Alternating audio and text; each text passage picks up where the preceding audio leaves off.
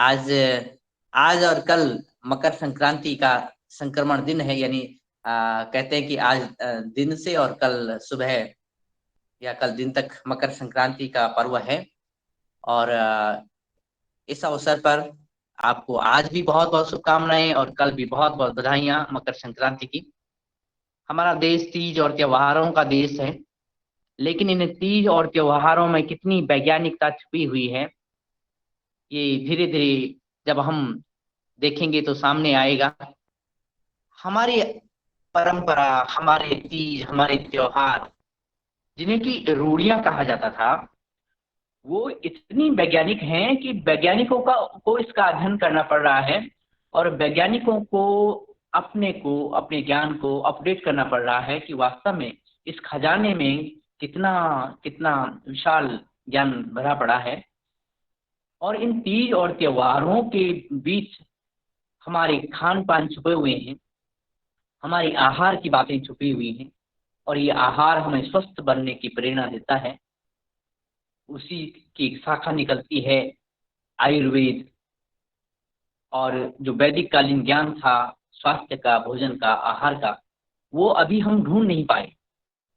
जो हमारे पूर्वजों ने हमें दिया, उसका लेश मात्र, उसका छोटा सा रूप हम देख पाए हैं।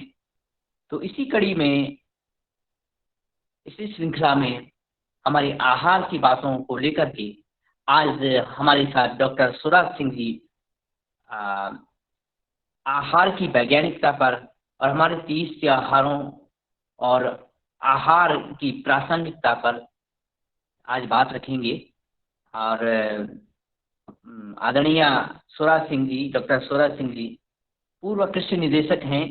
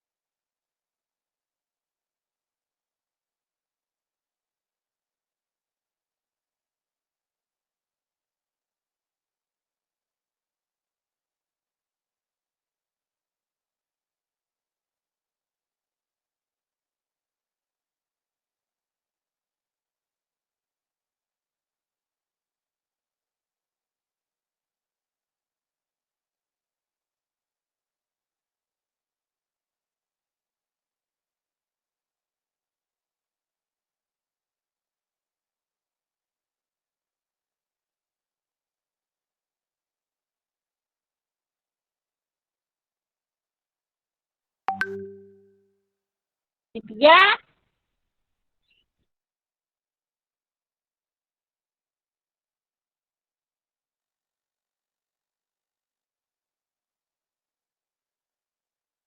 शायद चीफ गेस्ट महोदय है नहीं है, तो मैं आज अभी आदरणीय पवन सर जी को सादर आमंत्रित कर रहे हैं। तब तक हम सबका मार्गदर्शन करें और फिर इसके बाद जैसे ही वो चीफ गेस्ट महोदय जुड़ जाएंगे तो उनका मार्गदर्शन ले लेंगे। आज चूंकि मकर संक्रांति है और इस कार्यक्रम को हमेशा दिशा मिलती है आदरणीय पवन सर जी से, तो मैं आप ही को आमंत्रित करता हूँ। तब तक हम सबको मार्गदर्शन करने का कष्ट करें। जी, सभी को नमस्कार, ओम। और मकर संक्रांति की शुभ अवसर पर सभी भाइयों को बधाई और बहुत अभिनंदन है। और आज के मुझे लगता है कि मुख्य अतिथि भी जुड़ गए हैं, डॉक्टर सुराज सिंह जी। तो हम उनकी बात सुन लेते हैं, लेकिन उससे पहले मैं एक बात ये बताना चाहता हूँ कि कल मैं बासमती एक्सपोर्ट फाउंडेशन है मेरठ में, उसके वहाँ पर मैं गया था। और वहाँ के जो कार्य वो हैं, कार्य जो देखते हैं, उनके साथ बातचीत हुई। और बहुत सुंदर तरीके से वो बासमती और अन्य उत्पादों के ऊपर कार्य कर रहे हैं। और उनके साथ वार्ता लेके एक दिन उनको भी हम बुलाएंगे। और हमारे जो किसान, उन्होंने जो जीआई वाला जो बासमती है उसके ऊपर विशेष रूप से वो किसानों के साथ जुड़ करके जीआई टैग्ड बासमती के ऊपर उनका विशेष प्रचार प्रसार और सहयोग रहता है और कई हजारों की संख्या में किसान उनके साथ जुड़े हुए हैं। साथ ही बासमती का जो एक्सपोर्ट का जो कार्य है, ये अपीडा की संस्था है जो जिसमें ये कार्यरत है और किसानों के साथ, बच्चों के साथ बहुत सुंदर तरीके से उनको कार्य कर रहे हैं। तो इस अवसर पर हमने उनको हमारी जो पतंजलि की जैविक और प्राकृतिक खेती की जो सीढ़ी है वो भी उनको भेंट की और वो भी उसका उपयोग अपने प्रशिक्षण और अन्य कार्यक्रमों में उसको करने वाले हैं। तो मैं अब ज्यादा समय नहीं लेते हुए मैं आदरणीय स्वराज सिंह जी को आमंत्रित करना चाहूंगा कि वो मंच पर आए और पुनः आकर के हमारे आज अपना उद्बोधन देने का कष्ट करें। जी नमस्कार, धन्यवाद।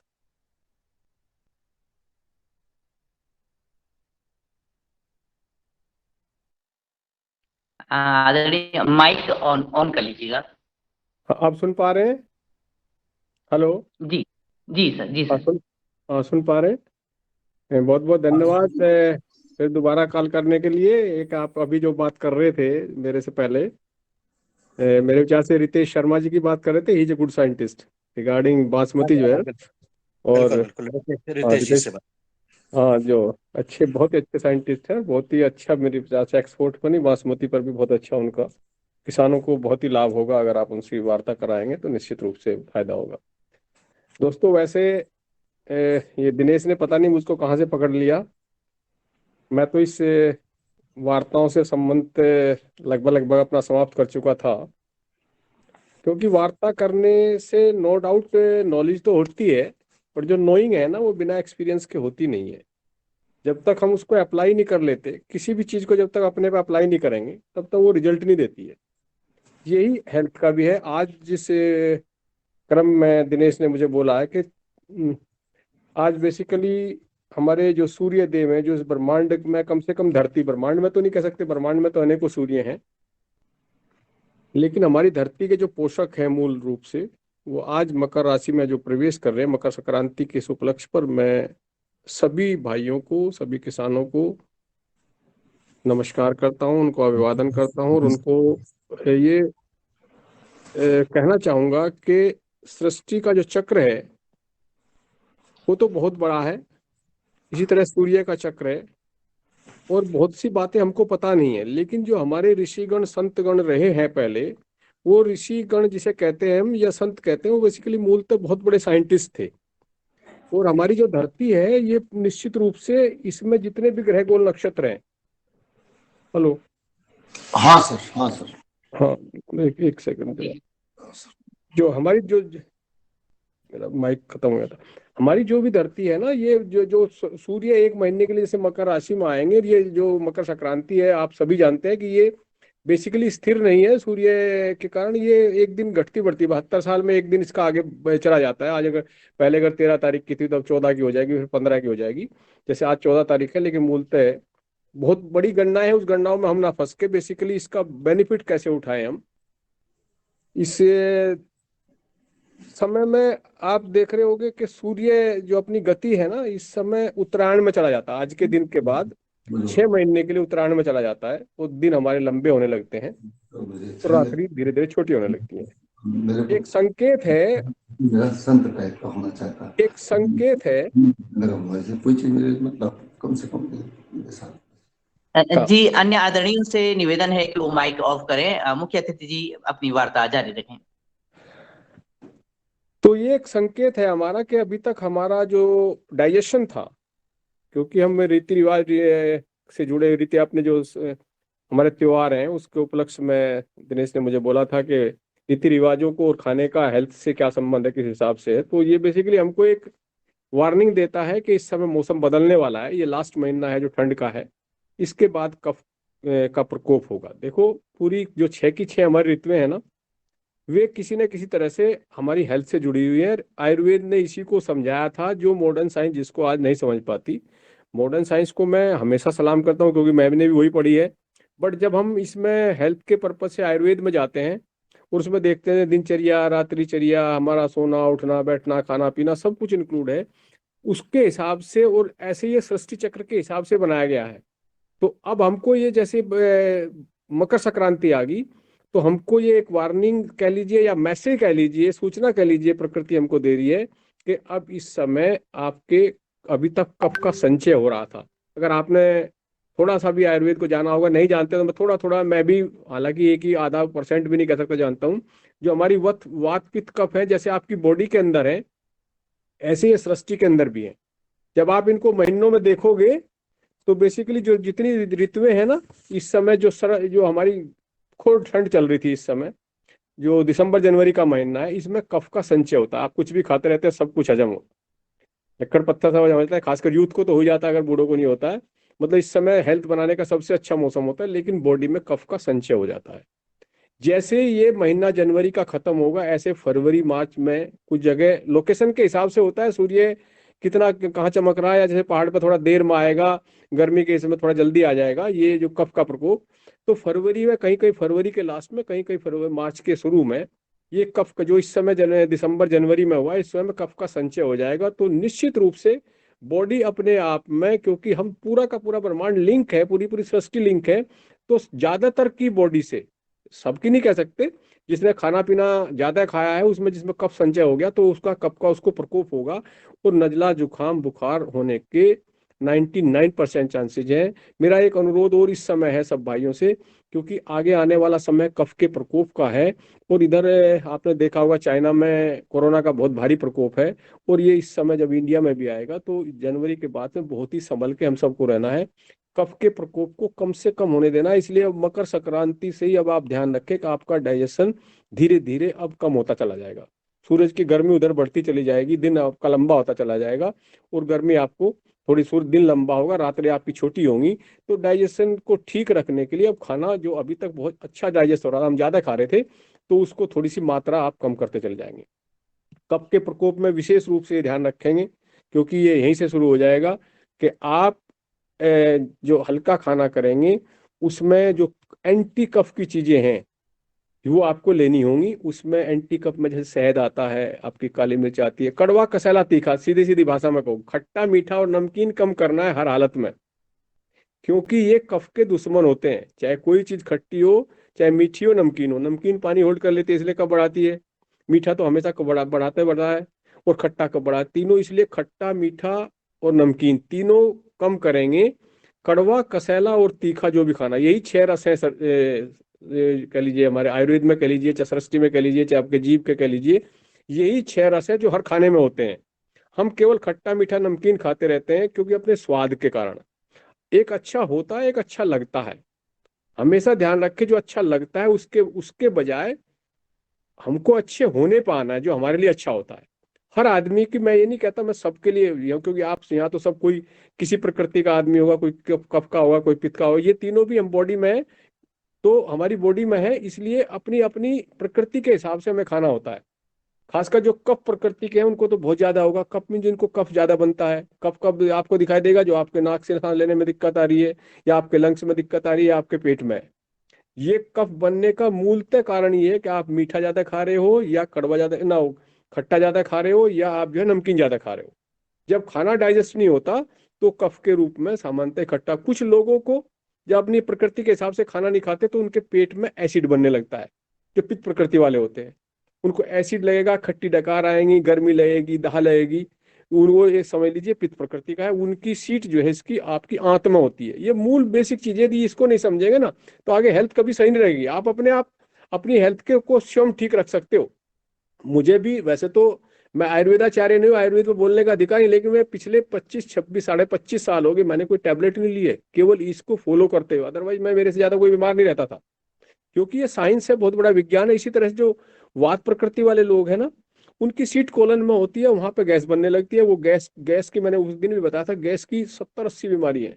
ये ना सोचे कि ये मुझे ये घुटने में दर्द है तो ये गैस का नहीं है, या पीठ में दर्द है वो गलत होगा। नो डाउट इन सब में हमारी गैस इन्वॉल्व है। जो कोलन में बैक्टीरिया होते हैं, जब वो बेनिफिशियल बैक्टीरिया या हार्मफुल बैक्टीरिया इकट्ठे हो जाते हैं, तो खाने को वहां सड़ाते हैं, खाने आपकी टोले में बदबुआएं लगती है, और वो ऊपर चढ़ने लगती है, और वो फिर किसी को कहीं भी नुकसान करता है। तो मूलतः हमको ये पकड़ना है कि जब भी मौसम के हिसाब से, इस समय पूरा जो हमारे 12 के 12 महीने हैं, मोटे रूप से, वैसे तो लोकेशन का थोड़ा सा अंतर होता है, पहाड़ जैसे पहाड़ है, फिर प्लेन है, राजस्थान है, या आपका फिर समुद्र किनारे चले जाएंगे। इसे देश बोलते, काल बोलते हैं इसमें, हमारे हिसाब से कौन से देश में हम रहते हैं उसके हिसाब से थोड़ा समय आगे पीछे होता रहता है। लेकिन मैं थोड़ा थोड़ा सा आपको ये बता दूं कि ये इस समय का जो सर्दियों का जो मौसम होता है उसमें कफ का संचय होता है। जैसे बसंत आएगा कफ का प्रकोप हो जाएगा, और जैसे ही आपकी ग्रीष्म ऋतु आएगी उस समय कफ की बीमारी सामान्यतः सबके अंदर से समाप्त हो जाती है। तो इस समय जो हमारी मकर संक्रांति है, इसके बाद हम सभी को ये ध्यान रखना है कि हमको जैसे ही हमें ये लगे कि कफ का प्रकोप होता है, उसका सबसे बेस्ट इलाज है कि आप गर्म पानी को इतना उबालें कि वो, आयुर्वेद में तो लिखा है चौथाई रह जाए।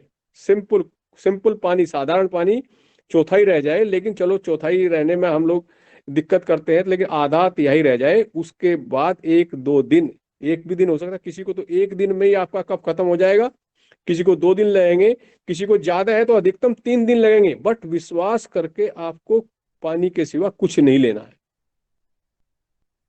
आप यदि हिम्मत करेंगे तो निश्चित रूप से ठीक हो जाएंगे। केवल इतना कि पहले आप देख लीजिए कि 24 घंटे में 99% तो 90% आदमी तो 24 घंटे में ठीक हो जाते हैं। लेकिन यदि आप फिर भी खाते रहेंगे, उधर कफ का प्रकोप हो रहा, उधर खाना आप खा रहे हैं, तो वो खाना फिर आपको नजले जुकाम के बजाय बुखार में कन्वर्ट हो जाएगा। इसको, बुखार को आने ही ना दें। और यदि फिर भी आप नहीं माने तो निश्चित रूप से आपका कफ पहले सफेद होगा, फिर पीला हो जाएगा, फिर समझो बैक्टीरिया की संख्या इतनी हो जाएगी कि फिर आपको एंटीबायोटिक लेनी ही होगी। ये सबके साथ है ये। और अगर इस समय कोरोना और आ गया तो आप निश्चित रूप से और डर जाएंगे।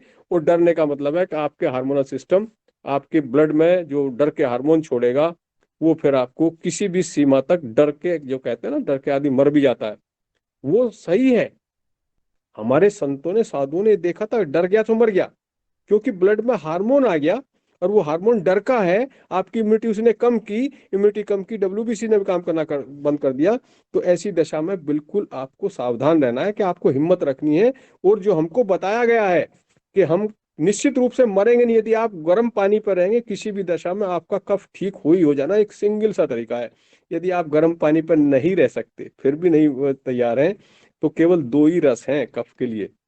एक तो अनार का रस है और गाजर का रस है। अनार के, गाजर के रस में थोड़ा शहद डाल के, थोड़ी काली मिर्च डाल के, या थोड़ा अदरक का रस डाल सकते हैं।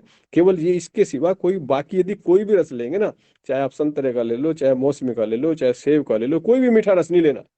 कफ के लिए गाजर और अनार 2 ही रस हैं जो कफ के उसमें ले सकते हैं। यदि आप 3 दिन तक, 2 दिन तक, जैसे मैं कह रहा हूँ, आप नहीं रह पा रहे हैं, फिर भी आपको खाने का मन करता है, तो ऐसे में गाजर का रस या अनार का रस, उसमें थोड़ी काली मिर्च डाल सकते हैं, ज्यादा से ज्यादा थोड़ा शहद डाल सकते हैं, क्योंकि ये तीनों चारों चीजें ही कफ को दबाने में मदद करते हैं। ध्यान रहे कि जनवरी के बाद से हमको सभी को ये फॉलो करना है कि हम जैसे ही हमको ये लगे कि हमारा डाइजेशन थोड़ा वीक होने लगा, खाना थोड़ा हल्का कर देंगे।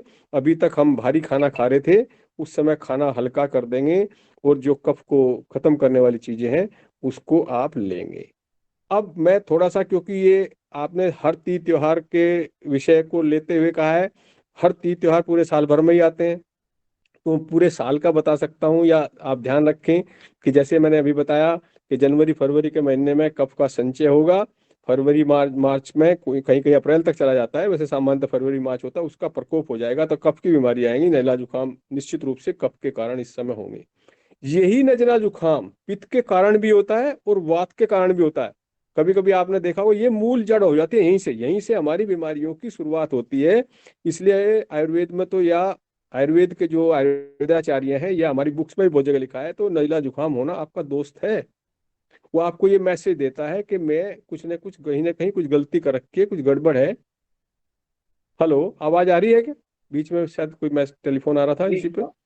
आ रही है महोदय, आ रही है। हाँ हाँ।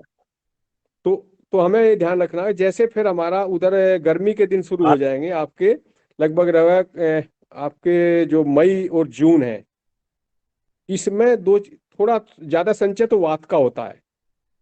इन्हीं में आपके त्योहार, तो जैसे आज के बाद ही त्योहार लगभग लगभग शुरू होंगे, फिर होली आएगी, फिर बंद हो जाएंगे, फिर बाद में त्योहार जाएंगे। तो हमको इस साल भर में ये देख लेना है कि कब हमारा कफ के कारण हमारा नजा जुकाम हो रहा, कब हमारा पित्त के कारण हो रहा, कब हमारा वात के कारण हो रहा। इसलिए अब कभी कभी देखा होगा कि देसी भाषा में कहा जाता था कि भाई ये जुकाम तो जो है नहा के ठीक हो जाएगा, ये खा कर ठीक हो जाएगा, ये सो कर ठीक हो जाएगा। उसके पीछे रीजन यही है कि वो वात की वजह से, पित्त की वजह से, कफ की वजह से। यदि पित्त की वजह से आपको नज़ला जुकाम है, सेम सिम्टम सेम होंगे। मॉडर्न साइंस इसमें आपको वही आयुर्वेद के बजाय वही टैबलेट देती रहेगी, एंटीबायोटिक दे देगी, और आपको जो है ये कहेगी भाई भाप लो, ये लो। भाप लेना तो चलो ठीक है, हरे भरे भाप तो, लेकिन अगर पित्त की वजह से आपको हो रहा है और ऊपर से गर्म भाप लेंगे तो आप ठीक होने के बजाय नुकसान हो सकता है। जब भी पित्त की वजह से होता है तब नहा के ठीक हो जाता है वही नज़ला जुकाम। जब आपको कफ की वजह से होगा तो बिना खा के भूखा रह के ठीक हो जाता है। जब वात की वजह से होता है तब सो के ठीक हो जाता है। तो हमको ये ध्यान रखना, खा के और सो के ठीक हो जाता है वात वाला। तो ये मॉडर्न साइंस इसको नहीं समझती, इसलिए हर सीजन का जो सीजन के हिसाब से जो आपका नज़ला जुकाम शुरू होगा उसको वही दबा दो। यदि आप नहीं दबाते, निश्चित रूप से फिर भी दवाई खाना खाते रहते हैं, तो फिर समझो आप बुखार की तरफ जा रहे हैं। बुखार तक भी कोई बात नहीं, बुखार भी ठीक हो सकता है अगर आप फास्टिंग पे चले जाएं। कोई भी बुखार अधिकतम 7 दिन में ठीक हो सकता है। अधिकतम बता, वैसे तो 3 दिन में ठीक हो जाता है अगर आप गर्म पानी को इसी को लेते रहे कोई भी, आपकी अपनी सेल्फ इम्यूनिटी से। लेकिन मैंने डेंगू तक देखा है जो आपको 7 दिन में बिल्कुल आपको ठीक कर देगा। हाँ, डेंगू के केस में जरूर ये बात जरूर आती है कि बाद में जोड़ों में दर्द रहता है। उसके लिए आपको गिलोय धनिया सौंठ जो है कम से कम 2 महीने तक लेना ही लेना है। नहीं, डेंगू और चिकनगुनिया में ये दिक्कत आ जाती है। जब आपको ये मॉडर्न साइंस से भी जब हमको टेस्ट करा लें, आपको पता लग गया कि डेंगू है, चिकनगुनिया है, तो निश्चित रूप से 2-3 महीने तक आपको धनिया और सौंठ और गिलोय का ये काढ़ा जरूर हर हालत में सुबह शाम एक बार, ज्यादा नहीं, आधा चौथाई चौथाई कप भी लेते रहेंगे तो निश्चित रूप से मॉडर्न साइंस की दवाइयों की लेने की आपको आवश्यकता नहीं होगी। तो मैं ये कह रहा था अभी, जब जब आपका गर्मी आएगी तो गर्मी में मूलतः संचय हो जाता है वात का, थोड़ा सा पित्त का भी संचय होता है, लेकिन मूलतः वात का संचय होता है। जैसे ही बरसात शुरू हो जाएगी इस वात का प्रकोप होने लगता है। जो जैसे बरसात में जब आपको नज़ला जुकाम होगा तो समझ लीजिए ये वात की वजह से है। इसलिए आपने बरसात वात को दबाने के लिए खाना कफ के एंटी होता है। कफ के एंटी खाना कौन सा होगा? उसमें होगा फिर जो खट्टा मीठा नमकीन खाएंगे, जब भारी खाना खाएंगे, हल्का खाना नहीं खाएंगे। ये नहीं हम कभी कभी सोच लेते हैं अरे नज़ला जुकाम हो रहा है कि हल्का खाना खाएं, नहीं। उस समय तो वात के समय में, बरसात के दिनों में, आपने देसी भाषा में भी या वैसे भी सुना होगा कि एक हलवा, पूड़ी, पकौड़ी, कचौड़ी, पकौड़ी बना लो, ये पराठा बना लो, भारी वात को दबाने के लिए भारी खाना होता है। इसलिए बरसात के दिनों में जैसे ही वात का प्रकोप होता है हमें खाना थोड़ा भारी कर देना चाहिए। और ये बरसात ये आता है क्योंकि इसका संचय हुआ है आपका गर्मी में, और आपका जैसे ही जुलाई अगस्त का महीना होगा इसमें आपका इसको प्रकोप हो जाएगा, इसकी वजह से नज़ला जुकाम हो जाएगा। तो आपको इसमें सो के भी आप ठीक कर सकते हो, आप थोड़ा सा खा के भी ठीक कर सकते हो। उसमें जरूरी नहीं फिर आप जो है कफ वाले हिसाब से ना खाएं, क्योंकि इस समय जो नज़ला जुकाम है, बुखार जो शुरू होगा वो आपके वात के प्रकोप के कारण होगा। जैसे ही उसके बाद सितंबर अक्टूबर आता है, जो उधर थोड़ा संचय गर्मी में हुआ था और थोड़ा संचय अभी आपका सितंबर अक्टूबर के महीने में भी आपका पित्त का संचय हो जाता है। जब पित्त का संचय होता है, पित्त की वजह से आपका नज़ला जुकाम आएगा, आपको गर्मी लगेगी, दाह लगेगी, फिर भी आपको नज़ला जुकाम हो रहा है, तब आपको निश्चित रूप से जो आपकी आंत है, आंत की वजह से, आंत आपको गर्मी लगेगी, दाह लगेगी, तो आंत को आपको साफ करना ही होगा। चाहे आप त्रिफला लेकर साफ कर लें, चाहे आप आपका जो दुनिया भर के चूर्ण आते हैं, पेट सवा चूर्ण, ये जिसको भी आपको, वैसे तो सनाई होता है, सनाई है, सौंफ है, आपकी मिश्री है और बादाम, देसी जो फूड से ही जब हम ठीक होना चाहते हैं, पेट साफ करने के लिए जब हमको कोई दवाई नहीं लेनी, केवल इसमें सनाई भी पत्तियां हैं, सनाई भी दवाई नहीं है बेसिकली, बट ये लैक्सेटिव है। तो इससे यदि आप अपना पेट साफ कर लेंगे तो आपको इसकी वजह से, जो गर्मी की वजह से जो बीमारियां आती हैं, गर्मी की भी, एसिड की बहुत सी बीमारियां आती हैं। ये तो मैंने छोटी अभी नज़ला जुकाम से बताया, बहुत सी बीमारियां कि ये गर्मी भी जो पित्त वाली जो है, ये कई बार रक्त में चली जाए, रक्त पित्त की बहुत बीमारी होती है। तो हमको मूल जड़ में बता रहा हूँ कि ये ओम भाई जड़ जी। जो है जड़ ओम हमारी। नमस्ते हेलो। भाई जी। और सनाई आप बोल रहे हैं क्या है? मैं महाराष्ट्र से बोल रही हूँ। हाँ, सनाई के से पत्ते होते हैं, प्लांट होता है सनाई। आपको मार्केट में भी मिल जाएगा सनाई के नाम। महाराष्ट्रियन भाषा में क्या कहते हैं आप नेट पे जाके देख लीजिए प्लीज, मैं नहीं जानता, लेकिन सनाई बोलते हैं हमारे यहाँ इसको। ओके ओके, सौंफ, धन्यवाद। सनाई, मिश्री और बादाम, इन चारों को बराबर मात्रा में लेके हरा चूर्ण एक तरह से बन जाएगा। ये सारे खाना है बेसिकली, हमने कोई दवाई नहीं ली इसमें।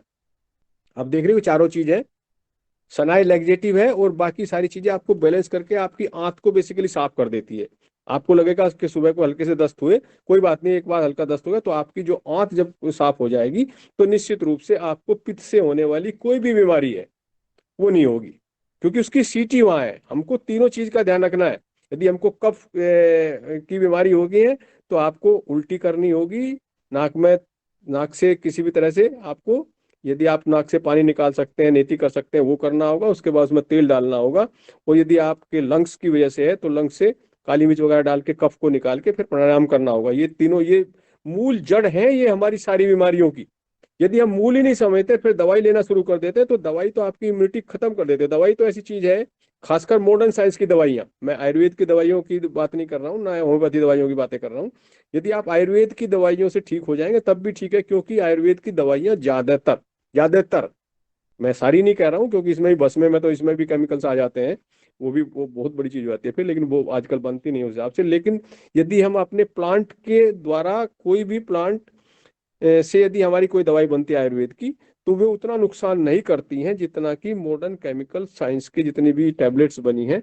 और वो तो आपने देखा ही होगा, तो मार्केटिंग के लिए बनी है, आपकी हेल्थ के लिए नहीं बनी। सारी जिंदगी आदमी कमाता रहता है, एक बार बीमार होने के बाद सारा का सारा मॉडर्न साइंस में हेल्थ में दे आता है, भले इंश्योरेंस कराओ तो हो जाता है। तो हम क्यों ना मूलतः अपनी रसोई को ही, अपने खाने को ही ऐसा ना करें कि हम बीमारी ना हो, और बीमार हो तो अपने घर पे ही ठीक हो जाए। अपनी रसोई को ही, जितना आपकी रसोई में जितने मसाले हैं, जैसे आपको मैंने बताया, जितने घर में सबका खाना एक नहीं हो सकता, प्रकृति के हिसाब से खाना होता है। आपको ध्यान रखें, जो लोग जैसे जवान बच्चे हैं, गुस्सा आता है, गर्मी आती है, दहा है, ताकत है, बहुत ही इंटेलिजेंट, बहुत ज्यादा है, बुद्धिमान के वाइज के बाद इंटेलिजेंट जब ज्यादा है तो वो 100% वो पित्त से, पित्त बहुत ज्यादा होगा उनका। वो इंटेलिजेंट बच्चों, इंटेलिजेंट आदमी में पित्त होता है। कफ जो है बेसिकली साइन है बुद्धिमान का। और जो आपका वात है वो साइन है गिद्दड़ का। मैं आपको अगर देसी भाषा में, बिल्कुल ऐसी भाषा में समझा रहा हूँ, आप समझ रही होंगे अगर महाराष्ट्र से भी है तो। जैसे जो आपका हाथी है ना, कोई बात नहीं, घूम झूमता रहता है। यदि आपकी प्रकृति में कफ प्रधान है, प्रकृति एक प्रकृति यहाँ में जो कह रहा हूँ वो आपका जेनेटिक मेकअप है, जो माँ बाप से या पिछले जन्मों के कर्मों के हिसाब से हम लेके आते हैं। प्रकृति दो तरह की जब भी आयुर्वेद में जाओगे, एक तो प्रकृति आपका जेनेटिक मेकअप कैसा है कि आपके मूल में, मूल प्रकृति में माँ बाप से आपने हाथी के गुण ज्यादा लिए या शेर के गुण ज्यादा लिए या सियार के गुण ज्यादा लिए। देसी भाषा में बिल्कुल समझ, अगर आप समझ, सियार मीन गिदड़ जो कहते हैं। अगर आपका हाथी मस्त रहता है, कोई बात नहीं, कुछ भी जो हो रहा शांत रहता है, सबर में ज्यादा रहता है। इंटेलिजेंट आदमी जो है शेर वाला होता है, जो बहुत कुछ काम करता है, प्लान भी करता है, सारे काम कर लेता है। लेकिन वात वाला प्लानिंग तो बहुत बढ़िया करता है लेकिन उसको इम्प्लीमेंट नहीं कर पाएगा। और वाइज में, इंटेलिजेंट में, क्योंकि मैं यहीं पे आपको साथ साथ बता दूं, वाइज और इंटेलिजेंट में लोग कभी कभी भ्रमित हो जाते हैं। एक तो हाथी के गुण वाइज के गुण है, शेर के गुण जो है आपके इंटेलिजेंट के गुण है। डिफरेंस क्या है? एक संस्कृत की कहावत आपने सुनी होगी कि चार डॉक्टर थे, चारों भाई थे, जंगल में चले गए, तीन इंटेलिजेंट थे, एक वाई था उनमें से। तीनों एक जो है वहां जैसे आराम करने लगे थक के एक पेड़ के नीचे, तो वहां हड्डियां बिखरी पड़ी थी। तो एक ऑर्थोलॉजी का डॉक्टर था, तो उसने सारी हड्डियां इकट्ठी की। और दूसरा जो है स्किन का था, उसने उस पर सारी स्किन लगा दी। इतने इंटेलिजेंट थे, इतने ज्यादा इंटेलिजेंट थे कि उसने उसकी हड्डियों पे स्किन लगाई। और तीसरा वो भी इंटेलिजेंट था, वो जो है उसमें से प्राण भर सकता है। संस्कृत की कहानी है समझने के लिए ये। और जब उसने तीसरे ने उसमें कहा भाई मैं प्राण भरूं, तो चौथा जो वाइज मैन था डॉक्टर, वो बोला अरे भैया हाँ कहीं तो शेर बन गया, इसको, इसमें प्राण मत भरो। तो वो तीनों इंटेलिजेंट बोले यार अभी तो ये मरा पड़ा था, ये तो मरा हुआ, और हमने तो इसको जिंदा कर रहे हैं, ये हमें कैसे खा जाएगा। तो वो वाइज वाला बोला अच्छा मैं पेड़ पे चढ़ जाता हूँ, तुम नहीं मानते तो जो वाइज है वो पेड़ पे चढ़ गया, और तीसरे ने जैसे प्राण बना वो तीनों को मार के खा गया। तो डिफरेंस जरा ज्यादा नहीं है। हम इम्प्लीमेंट कैसे करें, इस बुद्धि को कैसे इम्प्लीमेंट करें जिससे कि हमारा नुकसान ना हो, तो वाइज आदमी उसको इम्प्लीमेंटेशन कर लेता है। इसलिए शेर जो है, वो हाथी डरता नहीं है लेकिन शेर भी उसको मार नहीं पाता है। तो हमारे सबके अंदर ये गुण है, ये बहुत अच्छा गुण है। यदि हम देखें कि हमारे अंदर हाथी के, शेर के, वात के तीनों गुण, जैसे मैंने बताया था कफ, पित्त और वात, ये तीनों है हमारे जेनेटिक मेकअप में। बच्चों में भी, बड़ों में भी, बूढ़ों में भी, प्रकृति में भी, जानवर में भी ये सारे गुण होते हैं। एक आपने कभी कभी देखा होगा, क्योंकि आप आयुर्वेद के लोग या ऐसे लोग बैठे हुए समझ सकते हैं, जैसे गिर गाय हो ना, वो कब प्रकृति की होती जाता है, बिल्कुल शांत स्वभाव से आपको दूध देगी। और कई बार आजकल तो खाना ऐसा हो गया ना, जो शहर में गाय है, इवन कई बार तो गिर को भी, हालांकि सामान्यतः गिर तो नहीं देखी जाएगी, लेकिन दूसरी गायें उल्टा सीधा खाती रहती है, उनके पेट में गई है तो गुस्सा, जैसे जैसे आप घर में आने लगी तो गुस्सा बढ़ेगा, पेट में सिंग डाल देंगे, दौड़ेंगे। इसमें प्रकृति है, गुस्सा जिनको ज्यादा आता है ना वो पित्त प्रकृति के होते हैं। जो शांत प्रकृति के लोग होते हैं वो हाथी की तरह होते हैं, कोई बात नहीं, सब्र में रहते हैं। और जो गीदड़ प्रकृति के होते हैं वो दौड़ते रहते हैं, प्लानिंग करते रहेंगे, करेंगे कुछ नहीं। ये हमारी बॉडी में भी है और ये प्रकोप भी होता है इनका। ये खाने में भी, जब हमारा खाना उल्टा सीधा हो जाता है हमारी बॉडी में, इनका बैलेंस नहीं रहता। मूल जड़ है ये हमारी हेल्थ की। इसी इसी से हमारी दिनचर्या, रात्रिचर्या, जैसे ही इनमें तीनों में बैलेंस कम होगा या एक चीज कोई बढ़ेगी तो उसी की बीमारी हमें आती है। किसी कुछ को कफ की आ जाती है, कुछ को पित्त की आती है, कुछ को वात की आती है। मैं बार बार ये कह रहा हूँ कि वात की बीमारी सबसे ज्यादा है। एज में भी है, 18 साल तक जितनी बीमारी, 18 साल तक की एज बच्चों की सामान्यतः कफ की होती है। 18 40 तक की एज जो है पित्त की होती है। 40 के बाद सबको वात बढ़नी बढ़नी है। ये हमको ये मूल ही कोई नहीं बताता। इसकी वजह से सारा का सारा सिस्टम हमारा ऐसा गड़बड़ हो गया है कि हम केवल एलोपैथी पर विश्वास करने लगे हैं। जो आयुर्वेद था हमारा, जो या खेती थी हमारी, एग्रीकल्चर और आयुर्वेद मिलकर बेसिकली पूरा सिस्टम हमारा, इवन से कहो कि हमारा पूरा हिंदू धर्म पूरे जीवन को आपके संचालित करता था कि किस तरह से इस जीवन के पर्पज को अंत में हम पालें। मतलब हम अंत में सारा जीवन अच्छी तरह से जीते हुए कैसे मोक्ष की तरफ चले जाएं। इसलिए आपने देखा होगा जो हमारे पहले वेद होते थे या आयुर्वेदाचार्य होते थे, और जो एजुकेशन सिस्टम था उस वो नोबल थे, वो नोबल में एक तरह से प्रोफेशन थे। वो रेस्पेक्ट पाते थे, वो पैसे के लिए नहीं थे, पैसा कमाने के लिए नहीं था। आज सबसे ज्यादा सिस्टम में अगर बुराई आई है तो यहीं से आई है। अब तो थोड़ा थोड़ा आयुर्वेद भी सीखने लगा कि मॉडर्न साइंस ने, सारी एलोपैथी ने सबको बेच डाला। वो आयुर्वेद ने भी मार्केटिंग करना सीख लिया, उससे लोग अरबों खरबों करोड़पति होते जा रहे हैं। क्योंकि छोटी छोटी टैबलेट जो 2 रुपए की होते हैं, वही 20 20 40 40 रुपए जब खर्चा आता है उतना, ऐसे बेचने में मार्केटिंग है ये सारा धंधा। यदि हम वास्तव में अपनी हेल्थ को सही रखना चाहते हैं तो हमको अपनी दिनचर्या जो है वो और रात्रिचर्या दोनों बेस्ट रखो। अगर वो हम सही नहीं रख पा रहे हैं तो हम हेल्दी नहीं रह सकते। दवाई से ठीक तो हो जाते हैं लेकिन आपकी इम्यूनिटी कम होती है। दवाई से होता क्या है, जैसे आपको आपके घर में कोई चोरी करने आया और पड़ोसी के पास बंदूक थी, उसने फायर किया, वो भाग गया। अगली बार आएगा आप सोचोगे कि भाई पड़ोसी है वो तो आएगा फिर कर देगा, कोई जरूरी नहीं। आपकी इम्यूनिटी कमजोर होती है जैसे जैसे हम दवाइयों से ठीक होते हैं। यदि आयुर्वेद से या खाने से या फास्टिंग से हम ठीक होते हैं तो निश्चित रूप से आपकी अपनी इम्यूनिटी बनी रहती है। आपकी जो इंडोक्राइन सिस्टम है, मैंने उस दिन भी बताया था, पीनियल है, पिट्यूटरी है, थाइमस है, आपकी एडिनल है, गुनाड है, और इसके नीचे पीछे नीचे हाइपोथैलेमस है। हाइपोथैलेमस एक ऐसी चीज है आपकी माइंड में जो दुनिया की कोई भी दवाई बना सकता है, यदि आप शांत हो, सब्र में हो और आप उसको अपनी बॉडी को समय देते हो। हमने क्या किया, परहेज करना बिल्कुल बंद कर दिया। दिनचर्या हमने बिल्कुल समाप्त कर दी। रात्रि रात्रि भर लगे रहते हैं टीवी देखने, ये इस पे लगे। नो डाउट इसके बेनिफिट भी हैं, जैसे हम लोग सब घर बैठे आपस में बातें कर रहे हैं, ये इसके बेनिफिट भी हैं जो मॉडर्न टेक्नोलॉजी के हैं। बट इस टेक्नोलॉजी का जो मिसयूज होने लगा ना, न आपको नींद ढंग से आती है, न हम समय पर सोते हैं, न समय पर जगते हैं, न समय पर एक्सरसाइज करते हैं, न समय पर जो हमको दिनचर्या में बताया गया था वो करते हैं। उठा के जो मॉडर्न साइंस एडवर्टाइजमेंट के हिसाब से टीवी के माध्यम से या कोई भी एडवर्टाइजमेंट के माध्यम से, चाहे अखबारों का हो, चाहे टीवी का हो, चाहे सोशल मीडिया का हो, जो भी आजकल एडवर्टाइजमेंट के हिसाब से हमको ज्ञान बांटा जा रहा है। हो सकता है, देखो मैं भी उसका हिस्सा हूँ, लेकिन नो डाउट मैं आपको बिल्कुल नहीं कह रहा हूँ, ज्ञान वो होता है जिसके कभी पैसे नहीं लिए जाते, हमेशा ध्यान रखना। एक मिनट, कोई आया है, मैं बात करते हैं। तो हमें बेसिकली ध्यान यही रखना है कि हमको सुबह जैसे उठते, मैंने बताया था ये चर्या आपकी चलती रहेगी। दिनचर्या में सुबह अर्ली मॉर्निंग में, सुबह उससे पहले उठना। हाँ देखो कौन है। हाँ, मैं तो हमको इसका हमेशा ध्यान रखना है कि किस तरह से अपने को हम मैनेज करें। हमें सुबह सूर्य देव के निकलने से पहले किसी भी दशा में उठना है। उठ के जो आयुर्वेद के हिसाब से जो हमारी मुंह को साफ करने की, एक तरह से मंजन करने की जो आदत थी, उसको बिल्कुल नहीं छोड़ना है। क्योंकि इसकी तब जाके पता लगता है जब हम बूढ़े हो जाते हैं ना, दांत खराब होने लगते हैं, तो यहाँ से बैक्टीरिया का बहुत बड़ा जमाव शुरू होता है। तो आपको दिनचर्या में उठते ही पहले सुबह पेट को साफ करना, उसके बाद जो है आपकी अपने दांतों को साफ करना, ये सबसे पहला सिस्टम होना चाहिए। उसके बाद, और सबसे पहले तो इससे भी पहले हम यदि थोड़ा सा ध्यान परमात्मा का करेंगे तो हमारे मन में शांति आती है। जब मन में शांति है, इसका मतलब वात बढ़ती जा रही है। यदि हमारी इच्छाएं बढ़ती जाएंगी तो वात की इतनी ज्यादा बीमारी होती है, तो हमको निश्चित रूप से फिर हमारा खाना ही हजम नहीं होता है। तो सुबह का मैंने पिछली बार भी बताया था कि आप सुबह का खाना बिना भूख के किसी भी दशा में नहीं खाएंगे, नहीं तो हलाल है, जहर है। जिसको भूख लगी हो, ये कहते हैं भाई, कई बार हमको ये देसी एडवर्टाइजमेंट में या एक दूसरे की बातें सुनते हुए कह लेते हैं कि सुबह का खाना तो महाराजा की तरह खाओ, नाश्ता फिर प्रिंस की तरह करो, और शाम का खाना भूखे की तरह करो, मैं भिखारी की तरह लो। ऐसा नहीं है। यदि आपने रात को किसी के यहाँ जाके शाम का खाना महाराजा की तरह खा लिया, तो सुबह बिल्कुल जब तक भिखारी की तरह होना चाहिए। आप देखिए कि आपके साथ क्या हो रहा है। यदि आपने शाम का खाना किसी दावत में बहुत ज्यादा खा लिया और सुबह भी फिर महाराजा की तरह खाओगे तो बीमार होगे नहीं होगे। असली मैंने पिछली बार भी बताया था, सारा खेल डाइजेशन का है। यदि 100% डाइजेशन आपका हो जाता है तो आप बीमार होंगे ही नहीं। इसलिए जितनी भूख है उससे हमेशा कम खाएंगे।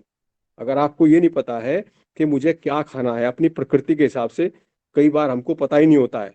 जैसे मैंने वह कब की प्रकृति वाला मीठा खा रहा है, नमकीन खा रहा है, खट्टा खा रहा है, तो उसको कम से कम इतना तो कर सकता है कि यदि वो 100 ग्राम खा सकता है तो वो 70 ग्राम पर रुक जाए, 80 ग्राम पर रुक जाए, क्योंकि उससे सारा डाइजेशन हो जाता है। भूख को बचा कर रखना है। 25% यदि आप भूख को बचा कर रखेंगे तो कभी बीमार होंगे ही नहीं मूलतः।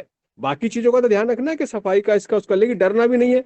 यदि आपकी इम्यूनिटी अच्छी है तो वही बैक्टीरिया आपको बिल्कुल नहीं दुखी करेगा। यदि आपकी इम्यूनिटी अच्छी नहीं है तो आपको निश्चित रूप से वही बैक्टीरिया मार लेगा। उसको हम सबको डरा दिएगा। बैक्टीरिया, फंगस, वायरस तो सबके लिए है। एक आदमी कोरोना से मर रहा है, दूसरा मर ही नहीं रहा है, दूसरा घर पे ठीक हो जा रहा है। ये आपकी इम्यूनिटी कैसी है?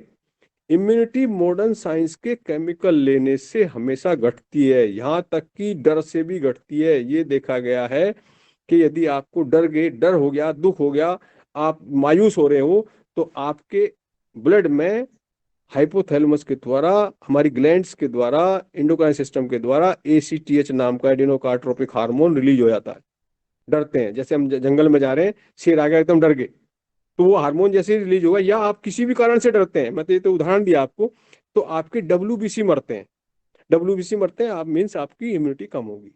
इवन गुस्से में भी, जब हम गुस्सा करते हैं, गुस्सा कहते हैं अपने खुद को खाता है, न कि दूसरे को। वो इसलिए खाता है कि एसिड से रिलीज हो गया, उस दूसरे को नुकसान हो ना हो, आपको तो नुकसान हो ही गया।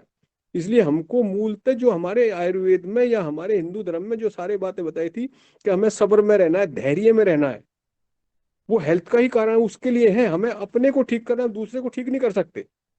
कोई किसी को ठीक नहीं कर सकता, कोई किसी को बदल नहीं सकता। यदि आप अपने बच्चों को, अपने पत्नी को या पति को बदलने में लगे रहेंगे तो निश्चित रूप से कोई नहीं बदल सकता। हमें उनको स्वीकार करना है, क्योंकि उनकी नेचर ही ऐसी है, और उसको कॉज एंड इफेक्ट तो सृष्टि में है। यदि वो नहीं मानेंगे तो निश्चित रूप से कल उनको उसका प्रभाव आएगा ही। हमको तो अपने को सही रखना, और अपने लिए अपने को पहले अपना ज्ञान सही करना है कि हमको कैसे कैसे ठीक रहना है। यदि आप खुद जब देखोगे तभी हम किसी को बता सकते हैं। जब आप अपने पर लागू करेंगे कि आप कम खाएंगे तो आप बीमार होना बंद हो जाएंगे, अपने आप समझ में आएगा। आप कहीं चले गए, शादी में चले गए, देखा फ्री का है, खाना बड़ा टेस्टी है, और टेस्ट को देख के ज्यादा भर लिया। आपके एंडोक्राइन सिस्टम में जो हार्मोन्स थे या जो गैस्ट्रिक जूसेस थे, वो तो 200 ग्राम को डाइजेस्ट करने के लिए थे, आपने 250 खा लिया, तो कफ वालों को कफ बन जाएगा, एसिड वालों को एसिड बन जाएगा, और गैस वालों को जो है गैस बन जाएगी, और फिर उसी तरह की बीमारियां। और कई बार तो एक एक नहीं, दो दो कफ भी बन जाता है, एसिड भी बन जाता है, कफ भी बन जाता है, एसिड बन जाता है, गैस भी बन जाती है। तो इन तीनों में तो फिर कैंसर की तरह भी बढ़ने लगते हैं। इसलिए हमें मूल जड़ को देखना है। मूल जड़ को ये देखना है कि आपकी, इसलिए जो नेचुरोपैथी वाले हैं या आयुर्वेद वाले भी जो फास्टिंग कराते हैं, या जो हमारे तीज त्योहार की, जैसे आज मुझे टॉपिक दिया गया था, जो आपके नवरात्रि का समय होता है। नवरात्रि का समय हमारे धर्म में इसलिए डाल दिया गया था कि उस समय लोग, जब दो सीजन आपस में मिलते हैं, वो फास्टिंग का काल होता है। उस समय निश्चित रूप से हमको फास्ट रखना चाहिए। आजकल क्या करते हैं, अरे हल्दीराम की थाली खाएंगे फास्टिंग में जाके। सबसे ज्यादा ये देखा गया है अब नवरात्रि के समय में, खासकर जिनके पास ठीक से पैसे हैं, जिनकी अर्थव्यवस्था ठीक है, जिनके पास, जिनकी आमदनी ठीक है, वो लोग इसलिए बीमार हो रहे हैं कि फास्टिंग के समय में, और वो चलो हल्दीराम का खाएंगे और ज्यादा खाएंगे, और ज्यादा खा लेते हैं। अरे खाना तो पेट को रेस्ट देना था, सारे अंगों को जो वाइटल पार्ट थे उनको रेस्ट देना था, और आप जो है ठीक है जी ये तो व्रत का है, खा लिया। उसमें तो कभी देख लेना, 1-2 दिन खाने के बाद आपका एनर्जी लेवल बढ़ेगा। जिस दिन फास्ट करेंगे अगले दिन आपको दौड़ने की इच्छा करेगी, लेकिन बड़ी मन में बड़ी प्रसन्नता होगी, क्योंकि इससे एनर्जी हमेशा बढ़ती है। जो हमारे नवरात्रि के समय थे, 9 दिन दिए गए थे, उसको आपकी एनर्जी को बढ़ाने के लिए दिए गए थे। आपका जो डिटॉक्सिफिकेशन हो जाता है, जब हम हल्का खाना खाते हैं या नहीं खाते हैं, तो निश्चित रूप से आपकी एनर्जी बढ़ती है। और अगले 6 महीने के लिए आप अपनी बॉडी को बिना बीमारी के कैसे रखेंगे, केवल खाने से कैसे स्वस्थ रखेंगे, वो हो जाता है। लेकिन हमने जब गलती करते हैं, ऐसे ये भी देखा गया है कि रमजान के समय में, रमजान जो हमारे मुसलमान भाइयों के यहाँ था, इस समय सबसे ज्यादा लोग उस समय बीमार होने लगे, क्योंकि सुबह को 4 बजे उठ के खा ले, भूख होती नहीं, और उस समय खा लेते हैं, पता लगा खजूर खा ली, ये खा ली, बिना भूख के खाना। फिर बार बार मैं कहता हूँ, बिना भूख के खाना हलाल है, जहर है, चाहे वो सुबह हो शाम हो, खासकर सुबह वाला तो है ही है। शाम का एक बार को बिना भूख के शाम का खाना, ये देखा गया है, यदि आप 1-2 घंटे खाने से पहले सो लें, ना 1-2 घंटे खाने से पहले जगते रहें, सोने से पहले जगते रहें, तो चल जाता है। लेकिन सुबह का तो किसी भी दशा में आपको नहीं चलेगा। मैं पिछली बार भी बताया था कि प्रकृति के हिसाब से हमें खाना चाहिए। अब हम प्रकृति के आदमी, मान लिया हम बहुत पित्त है, हमें गर्मी लग रही है और आप गर्म चाय पियेंगे, बच्चे, वो पेट में पित्त बढ़ रहा है तो नुकसान करे ही करेगा। उसको तो फिर आइसक्रीम दे सकते हैं। जब पित्त पित्त वाले को, मैं आइसक्रीम का वैसे विरोधी हूँ, लेकिन यदि पित्त का प्रकोप हो रहा है, गर्मी लग रही, दाह लग रही है, और समय भी आपका 10 से 2 का है, तो आइसक्रीम लेने में, कोई ठंडी चीजें लेने में फिर उस समय कोई दिक्कत नहीं है। आपको प्रकृति देखनी है। लेकिन अगर आप वात वात तो ठंडे को नुकसान करती है, कफ को भी नुकसान करती है, लेकिन ठंडा आपके पित्त को फायदा करता है। हमें देखना है कि किस मौसम में, जैसे आप गर्मियों के मौसम में ही है, गर्मियों के मौसम में ठंडी शिकंजी ले सकते हैं हल्की, लेकिन जो फ्रिज का ज्यादा ठंडा पानी लेंगे, ज्यादा ठंडा, वो ठंडा यदि इस समय लेंगे तो फिर बरसात के दिनों में नुकसान करेगा। फ्रिज वाला सामान्य ठंडा ले सकते हैं, लेकिन जो ज्यादा फ्रिज का ठंडा आएगा, गर्मी में ले लिया, नो डाउट गर्मी लग रही थी, कोई भी किसी भी प्रकृति का हो, और वो गर्मी के दिनों में भी यदि फ्रिज का ठंडा ठंडा पानी पीता है, तो इस समय तो वो अच्छा लगेगा। लेकिन जैसे ही बरसात होगी तो सारी बॉडी में दर्द आएंगे, कफ का वात का प्रकोप होगा, तो आप फिर कहेंगे भाई मेरी तो बॉडी में दर्द आ गए। तो ये भी हमको ध्यान रखना है कि हमको नेचर के पास जितना नजदीक रहे, मॉडर्न साइंस को यूज करें लेकिन बुद्धिमानी से यूज करें, लेकिन मूल पे कभी भी अपने आयुर्वेद के शास्त्रों को नहीं भूलेंगे। अब बात रही, इसलिए मैंने बताया था, तीज त्योहार में खासकर विशेष रूप से जो नवरात्रि का समय है, ऐसा नहीं माँ की कृपा जो नवरात्रि रहते हैं उसी पे होती है, माँ की कृपा या माँ की, कह लीजिए, हमारे धर्म में कुछ ऐसी बातें डाल दी गई है जो जनसाधारण की भी समझ में आए कि इन दिनों 2 मौसम मिल रहे हैं, आपको इम्यूनिटी कम होगी। यदि आप फास्टिंग करेंगे तो आपके जो टॉक्सिन्स है, 6 महीने से जो टॉक्सिन्स इकट्ठे हो गए हैं, बॉडी जो इकट्ठी, हमारी सेल्स जो है बिल्कुल रसोई घर की तरह है। जैसे रसोई में खाना बनाते हैं, उसके बाद थोड़ा कूड़ा भी बचता है तो कूड़ेदान में रख देते हैं, ऐसे ही हमारी हर बॉडी की हर सेल में वैक्यूल्स हैं जो आपका कूड़ा रखे रहती हैं। कुछ तो बाथरूम से निकल जाता है, कुछ टॉयलेट से निकल जाता है, कुछ पसीने लग जाता है, उसके बावजूद भी कुछ रखा रहता है। तो वो 6 महीने में जब हम फास्टिंग की तरफ जाते हैं, हल्का खाना खा के, तो 6 महीने में उस सारे की सफाई हो जाती है और सारे अंगों को रेस्ट मिल जाता है।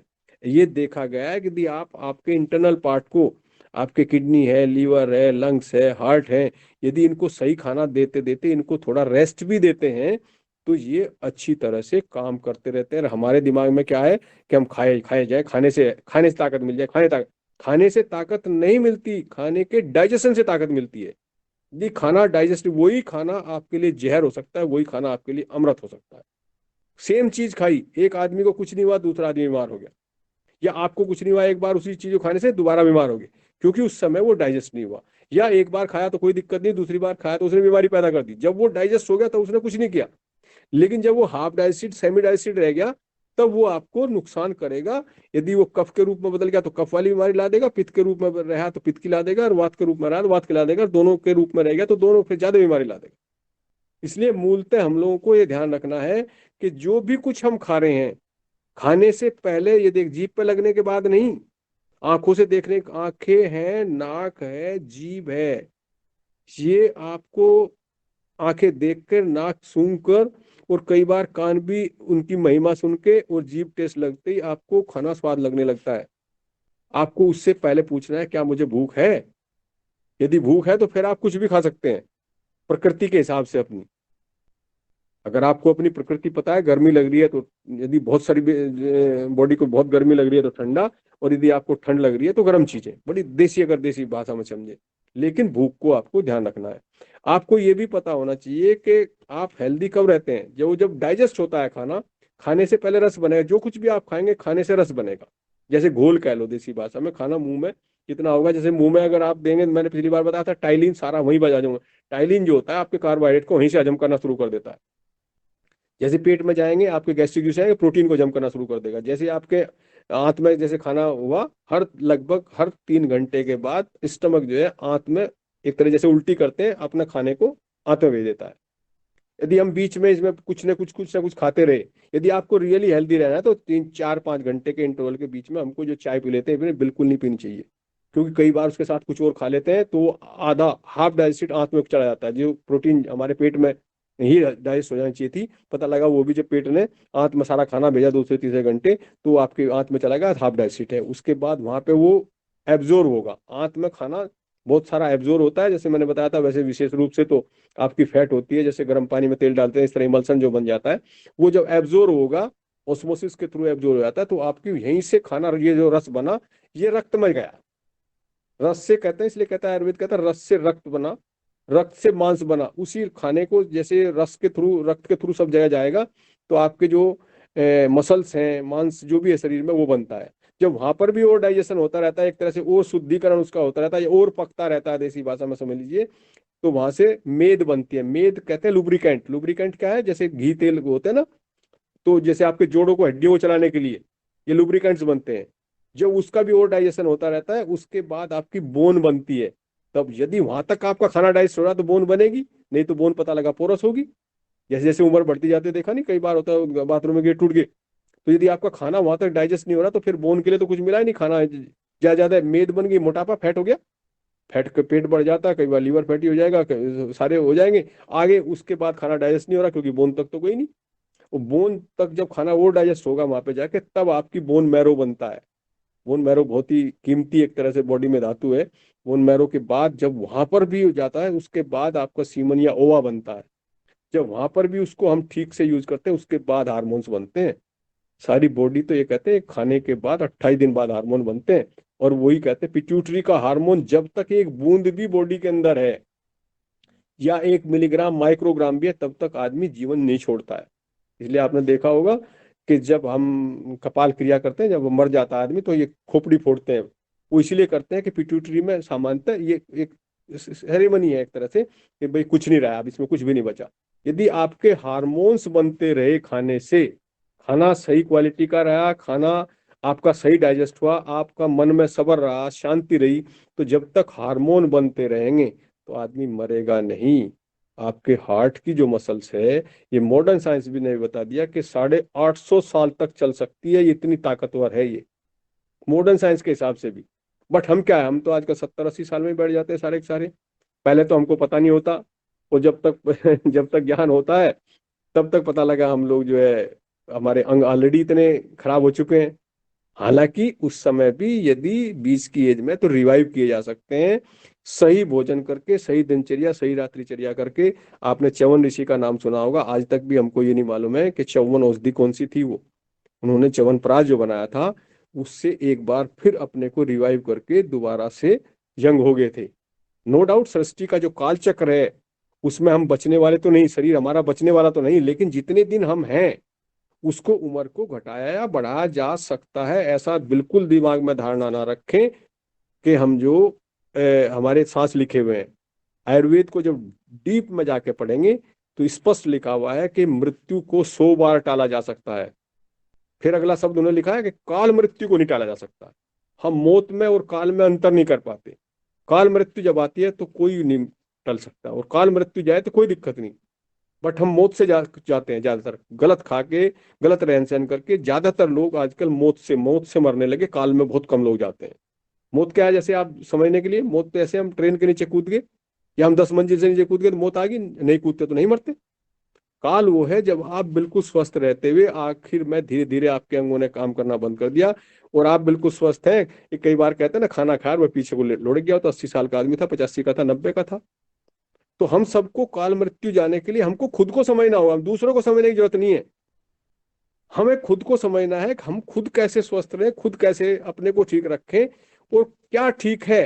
प्रकृति के हिसाब से हर चीज हर के लिए ठीक नहीं हो सकती। एक चीज एक के लिए अमृत है, दूसरे के लिए वही हमारा जहर हो सकता है।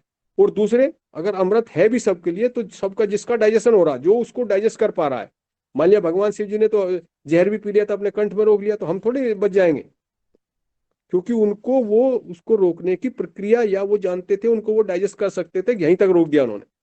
तो मेरा अनुरोध है कि सबसे पहले हमको ये ध्यान रखना है कि हम अपने जितने भी हमारे तीज त्योहार आते हैं, जो हमारे शास्त्रों में कहा गया, उन शास्त्रों को हमें कहीं पढ़ाया ही नहीं जाता। सच्चाई ये है कि हम मॉडर्न साइंस में को पढ़ते पढ़ते पढ़ते उनको ये समझ बैठे हैं कि उनमें तो कोई दम ही नहीं है, जबकि उसमें इतनी ज्यादा स्टडी है कि मॉडर्न साइंस शायद वहां और 100 200 1000 साल बाद भी ना पहुंचे। नो डाउट कुछ टेक्नोलॉजी मॉडर्न साइंस ने भी बहुत अच्छी दी है, इसको हम सलाम करेंगे। या इन केस ऑफ इमरजेंसी, आपके पास इमरजेंसी आ गई तो बहुत ठीक है, इमरजेंसी में आप मॉडर्न साइंस को यूज करिए, कोई दिक्कत नहीं। लेकिन यदि हेल्थ को आपको सही रखना है, तो आपको अपने को दिनचर्या को, रात्रिचर्या को देखते हुए ही सारे काम करने हैं। नहीं तो हमको, रात को, सबको कुछ न कुछ होगा ही। अब हर सीजन को आपको समझना, किस सीजन में क्या खाना है, आपकी प्रकृति कैसी है, मूलतः प्रकृति कैसी है, सीजन किस प्रकृति का है, किस चीज का प्रकोप हो रहा है, क्या खाना इस समय उचित रहेगा। वो जो नवरात्रि के दोनों समय आते हैं, उसमें निश्चित रूप से यदि आप और कुछ नहीं कर सकते, तो पहले आप नवरात्रि के समय में आप पहले अन्न छोड़ दीजिए, दाल रोटी चावल खाना छोड़ दीजिए, फल खा लीजिए, जूस पी लीजिए, पानी पी लीजिए। अगले दिन आपका दूसरे दिन है, आप जो है आप आज आपने खाना छोड़ा है, कल आप फल भी छोड़ दीजिए, अभी तक फल पेट भर रहा था। तीसरे दिन आप जूस तक लेते रहे, तीसरे दिन जाके आपने जूस भी छोड़ दिया, आप नारियल पानी पीते रहे, चौथे दिन आपने जाके नारियल पानी भी कर दिया, पांचवें दिन एक दिन आप पानी पर रह लिए। उसके बाद फिर जब उल्टे चलने लगो, तो एक दिन, अगले दिन पाँच छठे दिन नारियल पानी पी लिया, सातवें दिन आपने फिर जूस ले लिया, आठवें दिन आपने जो है फल ले लिए, नवें दिन जाकर आपने खाना खा लिया। अगर आप नहीं रह सकते, अगर आप रह सकते हैं नींबू शहद पे, तो निश्चित रूप से आपकी एनर्जी बढ़ जाएगी। लेकिन वो जब श्रद्धा भाव होता है ना, तब इंडोक्राइन सिस्टम वो काम करता है। जब आपको लगता है हाँ माँ मेरी रक्षा कर रही है, ये हमारे धर्म में इसलिए डाल दिया गया, लेकिन ये हेल्थ के हैं सारे, इसके पीछे, सबके पीछे हेल्थ जुड़ी हुई है। और हम तो कहते हैं नहीं यार वो, चलो वहां चलेंगे आज, तो ये तो हमने कुछ नहीं, मूंगफली खा लीजिए, ये तो व्रत का है। तो डाइजेशन में तो आपने एनर्जी लगा दी ना, एक ही एनर्जी है, उसको पढ़ने में लगा लो, उसको आपके डाइजेशन को में लगा लो, या उसको आपके अटेंशन में लगा लो, या उससे काम करा लो। बॉडी में एक ही है, जिसे चेतना कहते हो या जिसको प्राण वायु कह लो, जो आपके सारे सिस्टम को या पांचों प्राणों को, जो आपको आपने देखा होगा, एक चीज नहीं है, चार पांच चीजें हैं आपकी। जो सिस्टम है उसमें आपका एक्सक्रीशन भी सही रहना चाहिए, सर्कुलेशन भी सही रखना चाहिए, एसिमुलेशन भी सही रखना चाहिए। जो जो है ना, आयुर्वेद में कहते हैं पान वायु, अपान वायु, यान वायु, उदान वायु, समान वायु, ये खाने के डाइजेशन से ही ठीक रहती हैं। अगर ये पांचों प्राण या पांचों वायु आपकी ठीक हैं, ये तभी आप स्वस्थ रह पाएंगे। इसमें एक में भी कहीं गड़बड़ होती है, तो वो जब भी गड़बड़ होगी, हमेशा जब डाइजेशन ठीक नहीं होगा तभी गड़बड़ होगी।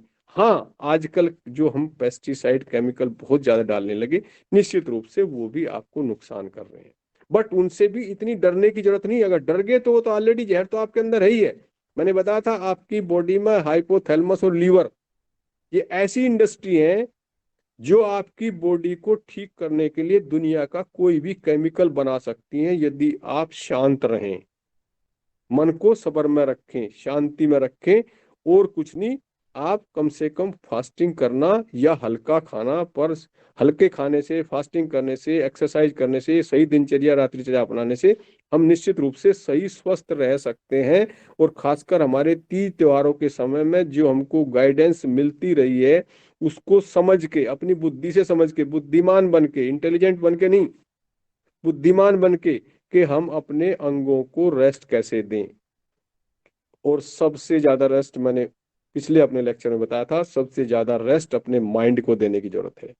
यदि माइंड शांत है तो उसकी समझ बढ़ती है, अंडरस्टैंडिंग। नॉलेज का कोई फायदा नहीं है यदि आपको समझ नहीं है, अंडरस्टैंडिंग नहीं है। समझ में, नॉलेज में यही है कि उस नॉलेज को कैसे अप्लाई करें, किन परिस्थितियों में अप्लाई करें, आप किस लोकेशन पे हो, किस समय पे हो, सुबह को हो, आपकी एज क्या है, आप उसके हिसाब से जब हम खाना खाते हैं तो निश्चित रूप से वो डाइजेस्ट होगा। और डाइजेस्ट होगा तो उसका रस भी बनेगा, रक्त भी बनेगा, मांस भी बनेगा, एडिपो टिश्यू बनेगा, बोन भी बनेगा, बोन मैरो भी बनेगी, फिर आपके सीमन हार्मोन भी बनेंगे। तो आप निश्चित रूप से, आपका तेज होगा।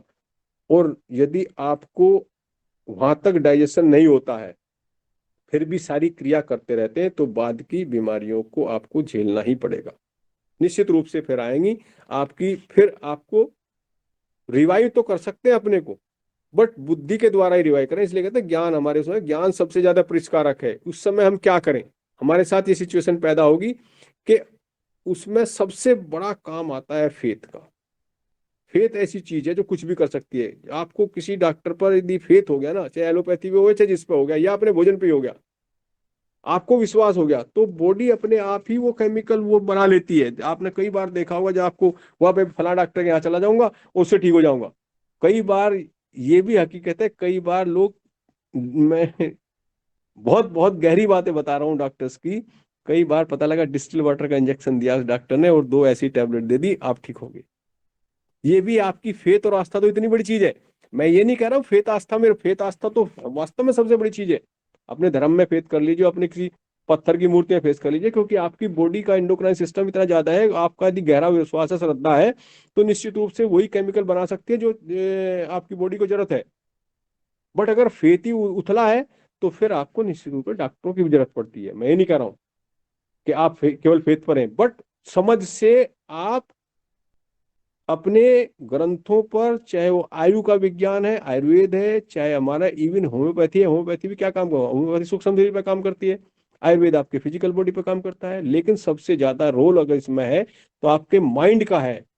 और माइंड को शांत रखना, उसके लिए जैसे आज ही मकर संक्रांति का दिन है, समय चेंज हो रहा है, तो हम दान भी करते हैं, हम तप भी करते हैं, हम ध्यान भी करते हैं।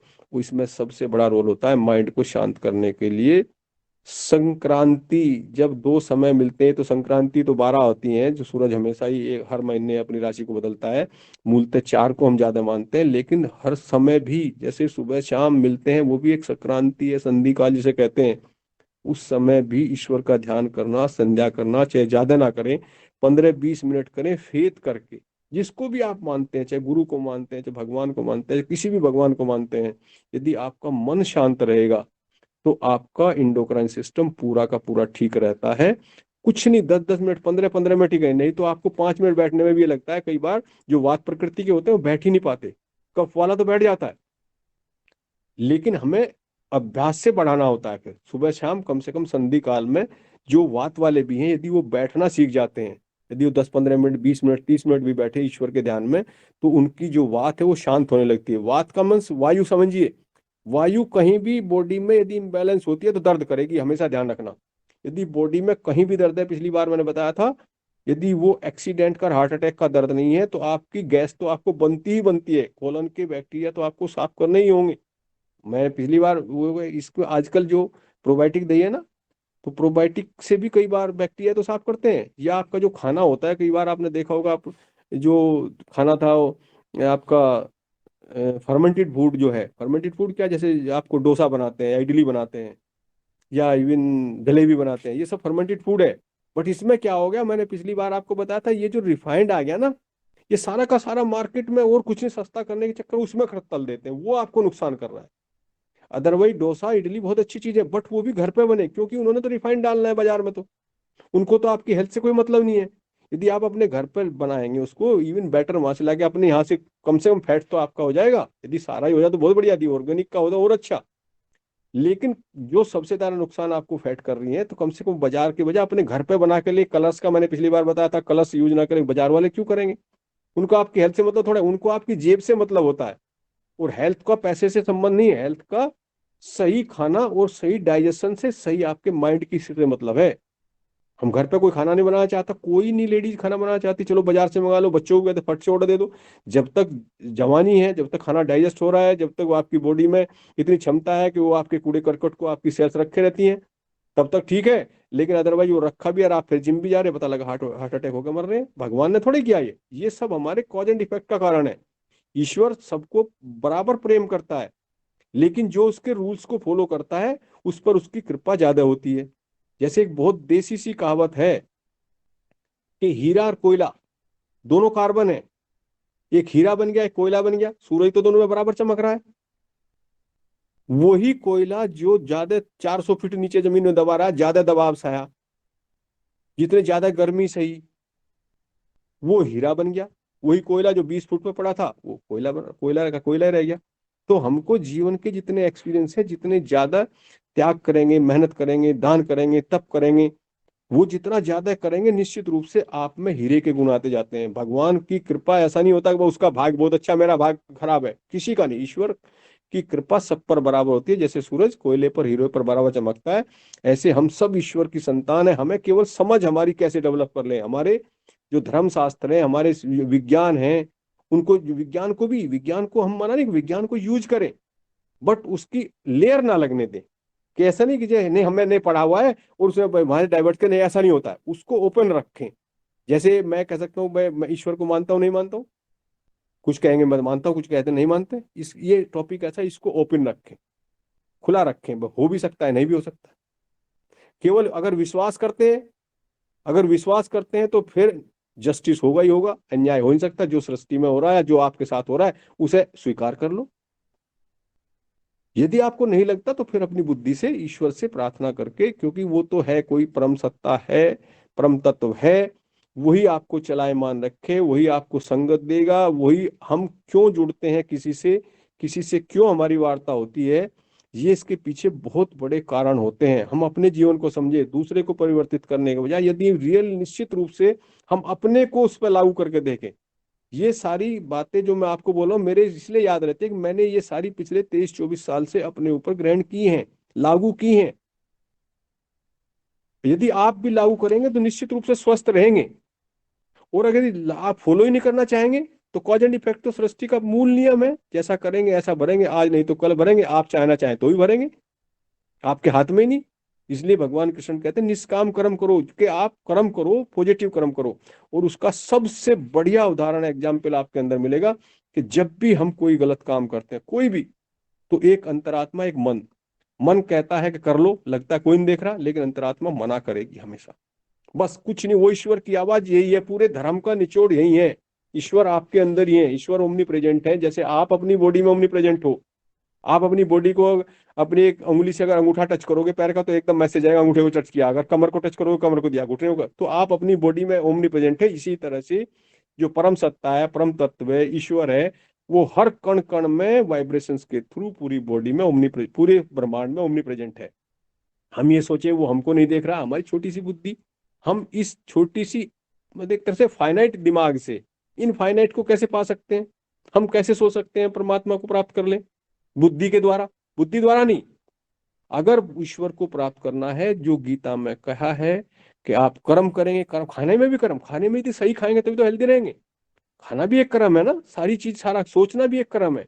तो चाहे तो कर्म के द्वारा, सही कर्मों के द्वारा, सही खाने द्वारा, सही पीने द्वारा, सही कर्म, कर्म में सारी चीज आ गई, या तो हम ईश्वर कर्म द्वारा प्राप्त कर सकते हैं, या जो है आप जो है ज्ञान द्वारा प्राप्त कर सकते हैं। ज्ञान के लिए इतना बड़ा लंबा रास्ता, इतना लंबा रास्ता है। ज्ञान तो अपरंपार है। हम तो 0.001% भी नहीं जानते, उसके बावजूद ही हम उछलने लगते, नहीं जाने हम क्या जानते हैं। मैं रियली बता रहा हूँ, कुछ नहीं। मैं, हे भगवान, मेरे से कोई अगर गलती आपको हो रही हो, मेरे से कोई गलत वाणी निकल रही हो तो मुझसे क्षमा मांगता हूँ। लेकिन मैं आपको बिल्कुल ट्रूथ बता रहा हूँ कि ये सच्चाई है। ईश्वर को हमेशा याद करते हुए कि यदि मुझे कहीं कुछ बोलना पड़े तो मेरी वाणी से कुछ गलत ना निकले, ये हमेशा मैं पहले पहले ही प्रार्थना कर लेता हूँ उठ के। तो मेरा अनुरोध है कि हमें अपने को हेल्दी और हैप्पी रखने के लिए अपने को ठीक करना है, जिसके लिए हमारे कर्म अच्छे होने, हमारा ज्ञान भी परिष्कृत होगा। जैसे जैसे हम गहराई में चले जाएंगे, ध्यान में जाएंगे, खासकर एक ध्यान योग भी है, ज्ञान योग भी है, कर्म योग भी है। आपके चार चार ही रास्ते बताए गए गीता में, कि आपका कर्म है, ध्यान है, या प्रेम भक्ति मार्ग है, यही चार मार्ग है। ध्यान मार्ग को आपको राजयोग बोल देते हैं। यदि सुबह शाम आप अपने मन को शांत करके उसको नहीं रखेंगे तो फिर तीक्ष्ण बुद्धि नहीं होगी। आदमी की जो शक्ति है ना, ये पांचवी छठी एक इंद्रिय होती है, इसे अंतर्ज्ञान कहते हैं। ये कहा गया है कई बार। जो दूसरे संत थे ना, जो सुकरात था, सुकरात ने कहा था जब तक मैं हूं तभी तक जो है सब कुछ है, उसके बाद तो कुछ नहीं है। लेकिन हमारे ग्रंथों ने ये स्पष्ट जाके बताया, हमारे जो ऋषि मुनि थे चेतना के उस स्तर पर जाकर उन्होंने कहा नहीं, इससे आगे भी कुछ है। वो क्या है? वो कहते हैं मानव का जो मन है ना, चिर परिवर्तनशील है। मानवीय मानव मन जो है, जैसे भौतिक जगत की बात ही, मानव मन भी चिर परिवर्तनशील है। इससे चरम सिद्धांत निश्चर्त नहीं हो सकता, चरम पर नहीं जा सकते। ध्यान रहे, बौद्धिक तरफ चरम लक्ष्य नहीं है। बुद्धि के सीमा में अगर हमारी बुद्धि ने मान लिया तो जरूरी नहीं है कि वो अंतिम हो गया। हमारी बुद्धि के परे बहुत कुछ है।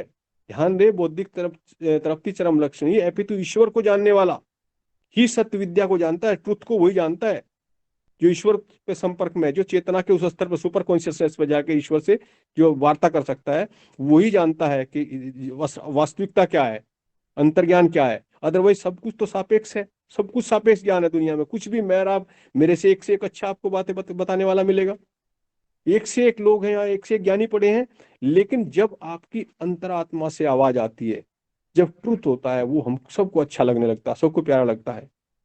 आत्मा से बोलना और मन से बोलना, मन से रट्टा लगा के तो कोई भी बोल सकता है, लेकिन जब आप उसे अप्लाई करते हो, जब आपकी नॉलेज के बजाय जो नोइंग होती है, जब एक्सपीरियंस होता है, जब आपको ध्यान में बैठने के बाद जो हमारे खाने पीने से या विषय जो लोग हैं हमारे, चाहे आंख का है, चाहे नाक का है, चाहे कान का है, चाहे जीभ का है, चाहे त्वचा का है, इससे ज्यादा जब आपको ध्यान में अच्छा लगने लगेगा, बैठे बैठे 1 घंटा होगा, 2 घंटे, आपको उठने का मन नहीं करेगा, तब लगेगा कि हाँ, यहाँ से हमारे ध्यान की शुरुआत हुई है। उसके लिए जो पतंजलि की बात आ गई यहाँ पे मेरे ध्यान के, जो यम नियम है, यम नियम नींव है हमारी, सत्य, अहिंसा, अस्तेय, अपरिग्रह, ब्रह्मचर्य और सोच, संतोष, तप, स्वाध्याय, ईश्वर प्राणदान, ये नींव है। यदि यही नींव नहीं, इसी को खराब करते जा रहे हैं हम, तो जीवन मनुष्य का मिल गया और हम उस पर चलते ही नहीं है। उधर एक तरफ तो हम बात तो सत्य की करते हैं, अंदर से कुछ और कहते हैं, बाहर से कुछ और कहते हैं, माइंड तो स्कैटर्ड है। नहीं, ये सिद्धांत को जीवन में लाने हैं। यदि वो आपका सही हो गया तो आपका आसन 2-3 घंटे तक फिर आराम से बैठ सकते हैं। फिर प्राणायाम, प्राणायाम तो अपने आप सिद्ध होता है।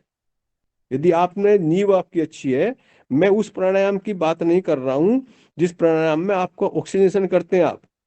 जैसे आजकल ही आप ठंड का मौसम है, आप लोम अनुलोम करेंगे तो आपको कहीं नहीं लिखा मिलेगा कि जब भी शुरुआत करेंगे तो आप राइट नोस्ट्रिल से करेंगे, क्योंकि राइट नोस्ट्रिल में आपको सूरज की नाड़ी, ईड़ा जो नाड़ी है, उससे आप गर्मी लेंगे शरीर में, उससे छोड़ते जाएंगे।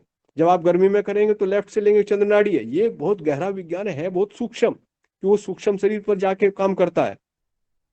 तो ये तो हमको खुद ही बुद्धि से, अपनी बुद्धि से निकालना होगा कि हमें क्या करना है। तो यदि आपका प्राणायाम ऑक्सीजनेशन ठीक है, जो आचार्य जी, जो रामदेव जी या कोई भी, जितने भी संत हैं, ये बताते हैं कि ऐसे ऐसे ऑक्सीजन से भी आपकी बहुत सी गंदगी निकलती है। आपके जो लंग्स है ना, वो इस 40-45 साल की उम्र तक आते आते 40-45% ही ऊपर का हिस्सा काम करता है, कि नीचे में सारी इनर्ट गैसेज भर जाते हैं। इसलिए ऑक्सीजनेशन या डीप ब्रीदिंग करना या आपके जितने भी प्राणायाम करना, उससे भी हम एक तरह से अपनी बॉडी के टॉक्सिन्स को बाहर निकालते हैं।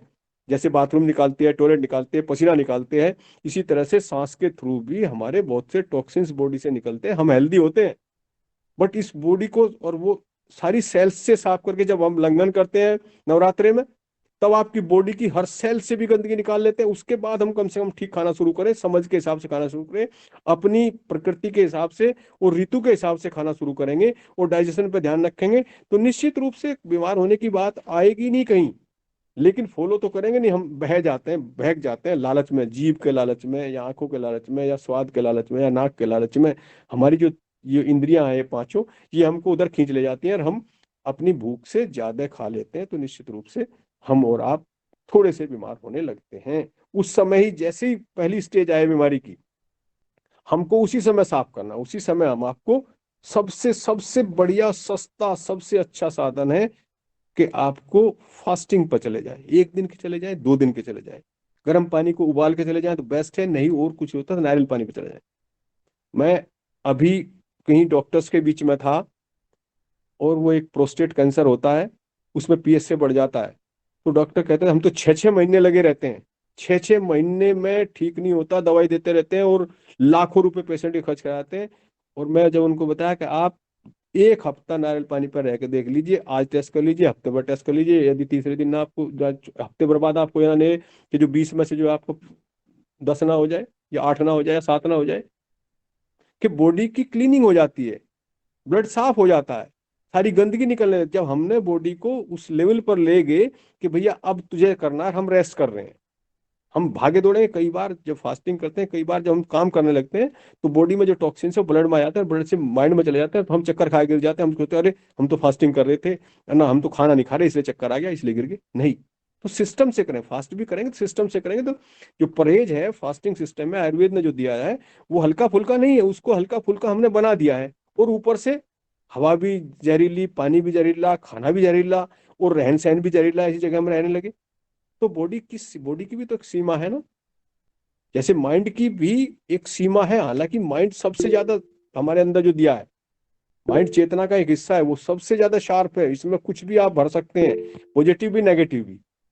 हमको हर हालत में पॉजिटिव रहना, हर हालत में पॉजिटिव रहना, यदि आप हिंदू धर्म की या अपनी अच्छी हेल्थ चाहते हैं।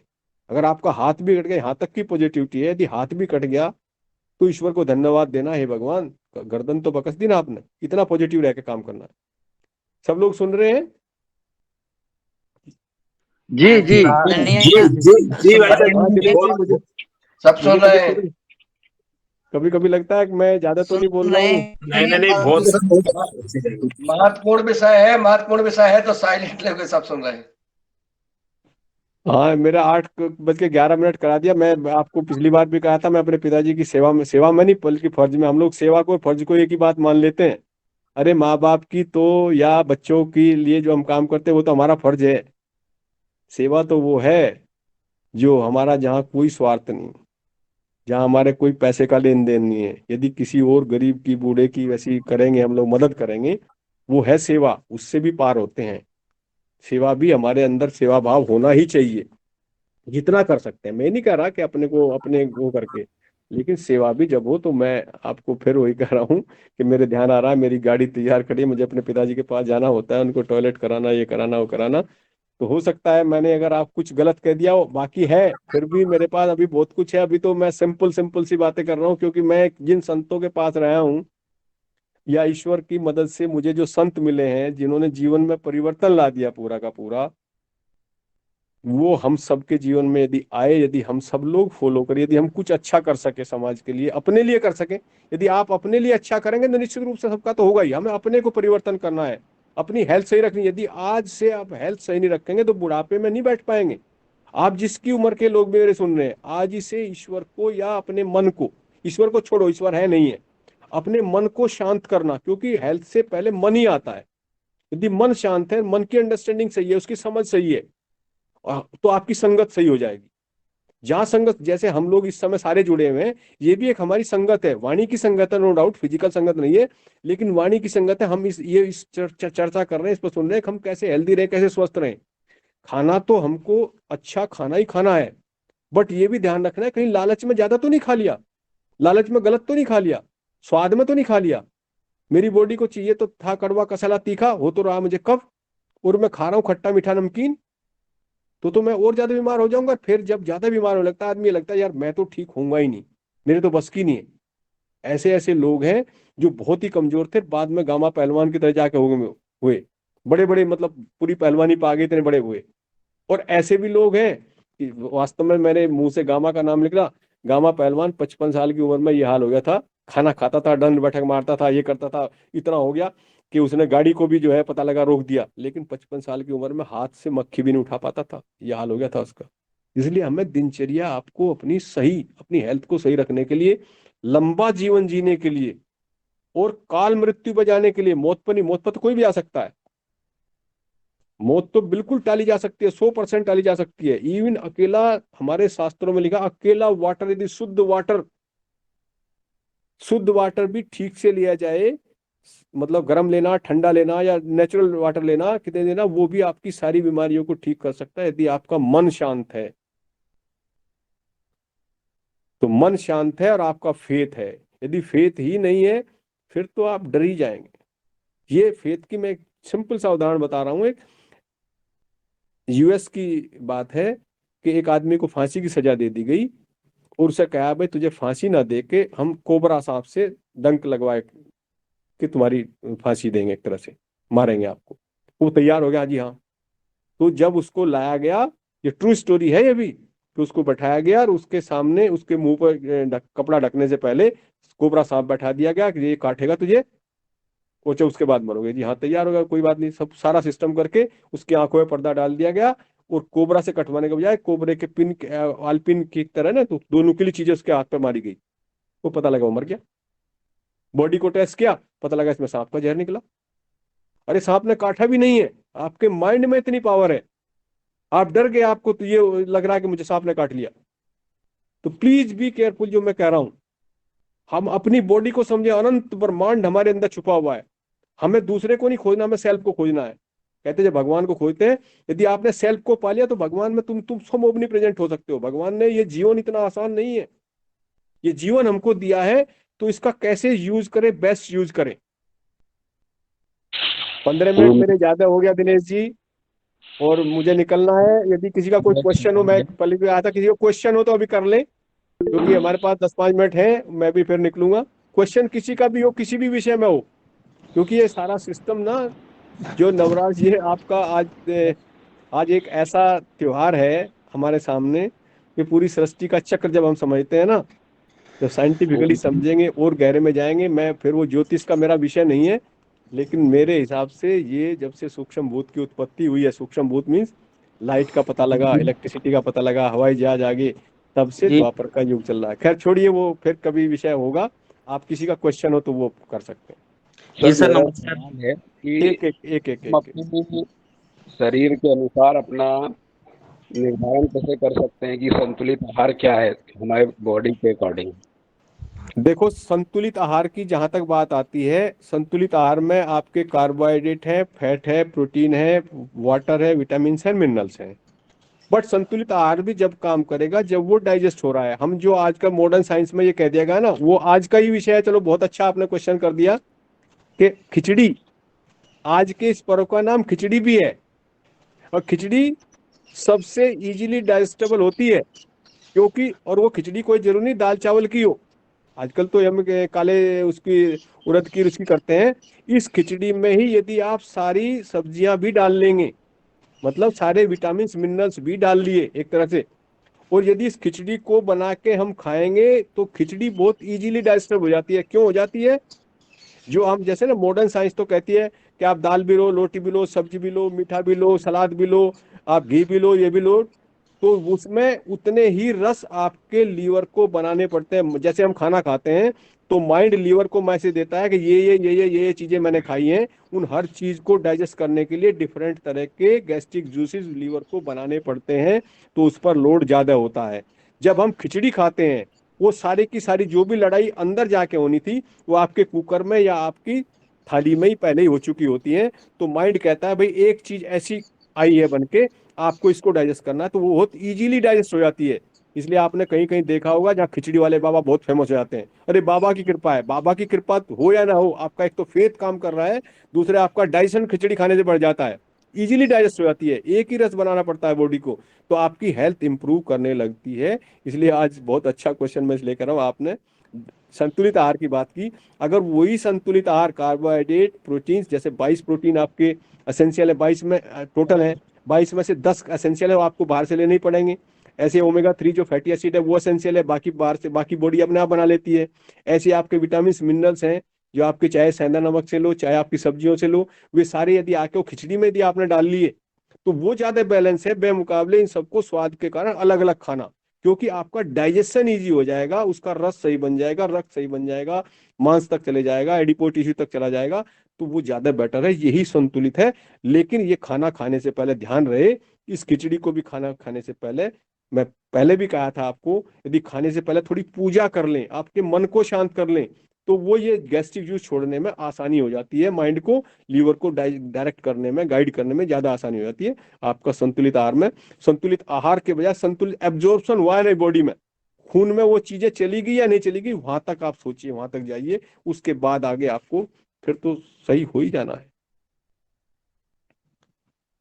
और कुछ किसी को रणजीत पूछना है? पाल जी।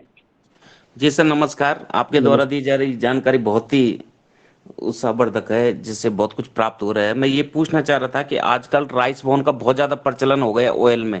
आपने कल ही बताया था कि ऑयल रिफाइंड हमारे लिए जहर है, तो मैं ये पूछना चाह रहा था जो राइस बोन ऑयल है तो कितना उपयोगी है स्वास्थ्य के लिए? देखो, ऐड पर बिल्कुल मत जाना किसी भी दशा में। कोई ऐड कुछ ही कहता रहे, राइस ब्राउन ऑयल है चाहे कोई ऑयल है, राइस में भी तेल फैट होती है 4% के आसपास, जो उसका छिलका आता है उससे निकाल के, ये तो व्यापार है। कोई राइस ब्रांड के ऊपर जाने की जरूरत नहीं है। जो आपको तेल दिए गए हैं, चाहे आपका सरसों का तेल है, चाहे मूंगफली का तेल है, चाहे तिल का तेल है, चाहे देसी घी है, चाहे आपका जो रिफाइंड, तो किसी भी दशा में नहीं लेना। और राइस ब्रान केवल आप ये कह सकते हो ओमेगा 3 नहीं है, मैंने कहा था ओमेगा 3 एसेंशियल है बॉडी के लिए। ओमेगा 3 बताया था जो हार्ट अटैक नहीं होने देता या बहुत सी बीमारियां आपके शरीर में नहीं होता। बाकी ऑयल सारे बॉडी बना लेती है। असेंशियल शब्द इसलिए लाया गया है खाने में या इसमें प्रोटीन्स में ले लो चाहे फैटी एसिड में ले लो, बॉडी असेंशियल मतलब जो बाहर से लेना ही पड़ेगा, तो वो ओमेगा 3 है। अगर आप राइस ब्रान खा लेंगे तो उसमें इतनी दिक्कत नहीं, बट यदि ओमेगा 3 नहीं लिया किसी भी तरह से तो आपको नुकसान होगा ही होगा, क्योंकि एसेंशियल ओमेगा 3 है। ओमेगा 3 से लिनोलेनिक फैटी एसिड बोला, जिसको मैंने बताया था 10 से 12% आपके सरसों की कच्ची घानी में होता है। यहाँ तक कि यदि पहली बार क्रश करते हैं ना सरसों, उसमें ज्यादा निकल आता है कम प्रेशर में, इसलिए कच्ची घानी का सरसों बेटर होता है तेल जो है, कि उसमें ओमेगा 3 कम से कम निकल आता है। जब दोबारा डाल देते हैं ओमेगा 6 भी निकल आता है, जब दोबारा डाल देते हैं ओमेगा 9 भी निकल आता है। तो जो आपका असेंशियल है वो ओमेगा 3 है, लिनोलेनिक फैटी एसिड है, उसका नाम लिनोलेनिक भी कह सकते हो, ओलिक भी वो भी कह सकते हो, ओमेगा 3 भी कह सकते हो। वो 10 से 12% आपके सरसों में है, आपके अलसी में 40 से 50% में, 40% के आसपास है, आपके अखरोट में है, बाकी मछली वछली में है थोड़ा बहुत। ये लेना जरूरी है। बाकी तेल ओमेगा थोड़ी मात्रा में राइस ब्रान लेने के कोई ऐसा नुकसान नहीं करेगा, बट अगर वो भी रिफाइंड है तो नहीं चलेगा किसी भी दशा में। रिफाइंड को मैंने पढ़ा था, रिफाइंड तेल नहीं है, ट्रांस फैट है। ट्रांस फैट मीन फैट नहीं, गंगा के पार, trans Ganga, trans Yamuna, trans शब्द, ट्रांस फैट को कभी भी हेल्थ के लिए यूजफुल नहीं है। चाहे वो राइस ब्रान का है, चाहे वो सरसों का है, चाहे मूंगफली का है, चाहे जिसका है, वो तो व्यापारीकरण के लिए है। उसको व्यापारी को नुकसान ना हो, डेंसिडिटी नहीं आएगी, वो सड़ेगा नहीं 2 साल में भी 3 साल में भी, चाहे जब बेच ले, इंडस्ट्री वाले को नुकसान ना हो, इसलिए रिफाइंड कर दिया गया। आपकी हेल्थ के लिए नहीं है वो। रिफाइंड शब्द ऐसा दे दिया गया कि और फाइन हो गया जी, बहुत अच्छा रहेगा हार्ट के लिए। हम समझो कि एडवर्टाइजमेंट क्या है और ट्रुथ क्या है। तो हमें तो ट्रुथ की बातें यहाँ करने के लिए दिनेश ने बुलाया है। अगर मेरी बात समझो, ये साइंटिफिक बातें हैं, मुझे ज्यादा नहीं कहना चाहिए। मैं मेरे अनुभव में कुछ संतों के ऐसे हैं, या मैंने बोला नहीं था, मैंने 1976 में यूपी को टॉप किया था एग्रीकल्चर। सारी जिंदगी में फादर एग्रीकल्चरिस्ट थे, एग्रीकल्चर में एग्रीकल्चर नहीं, भगवान की कृपा से ही मैं वो डायरेक्टर तक पहुंच गया। ऐसे ऐसी घटना आने के बाद भी कि ईश्वर अपने आप मदद करता है यदि हम सही रास्ते पर हैं। तो राइस ब्रान भी आप थोड़ा यूज करें, लेकिन असेंशियल फैटी एसिड आपको जरूर लेना है। वो मैंने बताया था आपको, बहुत सिंपल तरीका बताया था, कोई नहीं बताया। वाइटल के कैप्सूल कर करके आपको 300 400 की 500 के कैप्सूल खिला देंगे। अरे आपके घर में जो अलसी पड़ी हुई है तो 1 चम्मच क्यों नहीं ले सकते भैया? तवे पर करो, गर्म करो, थोड़ा सा कूट लो, सब्जी में डाल लो, खाने में डाल लो, या ऐसे ही खा लो, ओमेगा 3 आपका पूरा हो गया। आदरणीय धर्मेंद्र बुंदेला जी। हाँ धर्मेंद्र जी बताओ। भाई साहब प्रणाम, नमस्कार। बहुत प्रणाम। अच्छी जानकारी दी भाई साहब। हमारा निवेदन ये था कि इसकी कुछ पीडीएफ वगैरह मिल जाए जिसमें बात पे कब की जानकारी हो पूरी डिटेल, तो आप जरूर हमें शेयर करवा देना थोड़ा सा। और देखो देखो, सच्चाई तो ये है, सच्चाई तो ये है, ना तो मेरे पास कोई पीडीएफ है और ना मेरे पास जो है कोई किताब लिखी हुई है। कई लोगों ने ये अनुरोध कर लिया, क्योंकि ये सब सारा जो मैं बोल रहा हूँ ना, सारा का सारा आयुर्वेद की सब किताबों में लिखा हुआ है, टेक्स्ट बुक में। चाहे आप जो निघंटु उठाएंगे, चाहे भाव प्रकाश उठाएंगे, सब कुछ उसमें लिखा हुआ है। हम उसको थोड़ी तो संस्कृताई सी भाषा हो जाती है, लेकिन हिंदी में भी है सारी ये। हम समझना चाहते नहीं, डीप में जाना नहीं चाहते। जब हम इसको बेसिकली मेरे पे है नहीं तो मैं पीडीएफ भी आपको कर नहीं नहीं देता। नहीं भाई साहब, मैं तो कोई बल्कि दिनेश को कहने वाला था, मेरे लेक्चर कई बार लोग कहते हैं भैया इनको जो है अगर आप रिकॉर्ड करते हो तो रिकॉर्ड करके रख लो। लेकिन ट्रूथ है, गहरा ट्रूथ है, क्योंकि ये जब अंतरात्मा से आवाज आती है, मैं माइंड से कभी नहीं बोलता हूँ। आपसे अगर मैं बात कर रहा हूँ ना, इसलिए नहीं कोई विषय, तो मैंने दिनेश को कल भी कहा था कि मुझे जरूरत नहीं पड़ती है कि मैं जो मेरा मूल था किताबों का वो ऑलरेडी, क्योंकि प्रैक्टिकल किया है मैंने, प्रैक्टिकल कर भी रहा हूँ इतने दिन से, 25-26 साल हो गया। तो मैं ट्रूथ बोलने के लिए ज्यादा रहता है, और वो अंतरात्मा की आवाज से निकल के आता है, इसलिए मेरे पे कोई रिकॉर्ड भी नहीं। अगर तो आप ही के पास रिकॉर्ड होगा तो मैं भी आपसे मांग लूंगा। हाँ, अगर समय मिला थोड़े दिन, अभी मेरे पास और सेवा के हैं 1-2 संत, लगभग लगभग 80-85 साल के, 86 साल में पहुंच गए, पिताजी पहुंच गए। उसके बाद हो सकता है कुछ उनके नोट्स हैं, नो डाउट उनके नोट्स हैं, वो गहरे, वो मुझे पढ़ाते भी थे, वही मेरे दिमाग में बैठ गए, उन्हीं को मैंने अप्लाई किया, उन्हीं से मैंने देखा कि ये सब संभव है। क्योंकि जीवन का पर्पज के लिए वो कहते थे हम आपको हेल्थ के लिए नहीं पढ़ा रहे, जीवन के मूल पर्पज क्या है? मूल पर्पज जीवन का मोक्ष है, माइंड को मोक्ष मिलना है, शरीर को नहीं। उसके लिए हमें जैसे जैसे हम अब एज बढ़ती जा रही है, हमको ट्रुथ की तरफ जाना है। सब हमें यहाँ रहने के लिए नहीं आए, क्योंकि मानव जीवन इतना आसान नहीं है मिलना। फिर नहीं तो भटक के जाएंगे और लेयर लगा के जाएंगे तो पता लगा दूसरी योनि में चले गए, फिर कितने दिन तक घूमते घूमते आएंगे। पर्पज वहां तक है। फिर भी यदि मेरे पास, मैं लिख पाया, मेरे पास है उनके दिए, उनके बताए हुए पढ़ाए हुए नोट्स भी हैं, उनके हैं, मेरे नहीं है। यदि मुझे कभी, जो मैं कहता था सर ले लिख दो, बोले क्या करोगे लिख के, लोग करना तो चाहते ही नहीं है, लोग फॉलो तो करते ही नहीं है। तुमने फॉलो किया, ले तुम्हें फायदा हो गया, तुम्हारा याद भी रहता है। और आज मैं शायद अपने पिताजी की सेवा करके उन्हीं को लेके, क्योंकि उनकी भी एक लगभग लगभग अंतिम स्थिति है, किडनी इस समय काम करने बंद कर रहे हैं, क्योंकि दूसरे के भी वो ले लेते हैं। आदरणीय मैं पवन कुमार जी को आमंत्रित करता हूँ। आदरणीय पवन सर जी आए और हमारे चीफ गेस्ट महोदय के लिए 2 शब्द।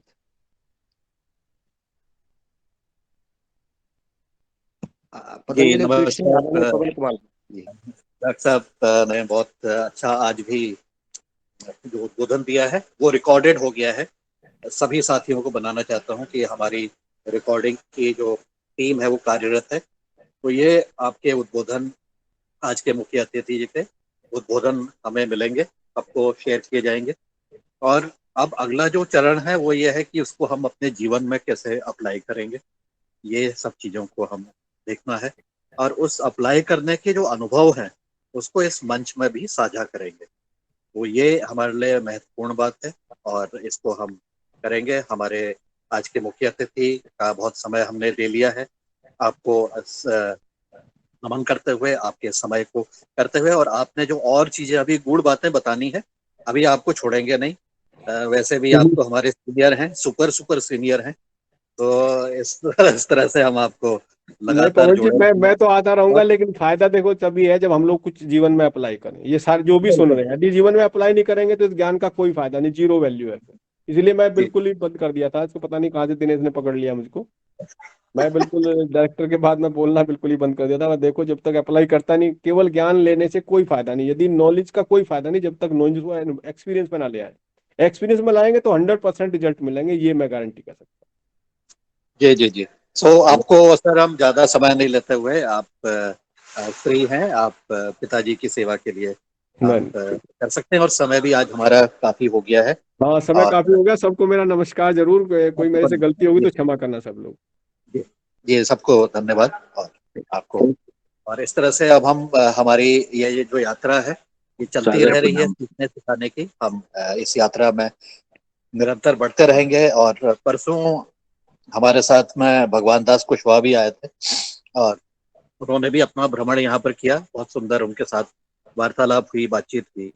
और अगर वो भी उपलब्ध होंगे तो वो भी अपने अनुभव साझा कर सकते हैं, भगवान दास जी। और बाकी सभी साथियों को एक बार मकर संक्रांति की बहुत बहुत बधाई, नमस्कार, धन्यवाद। सभी को नमस्कार।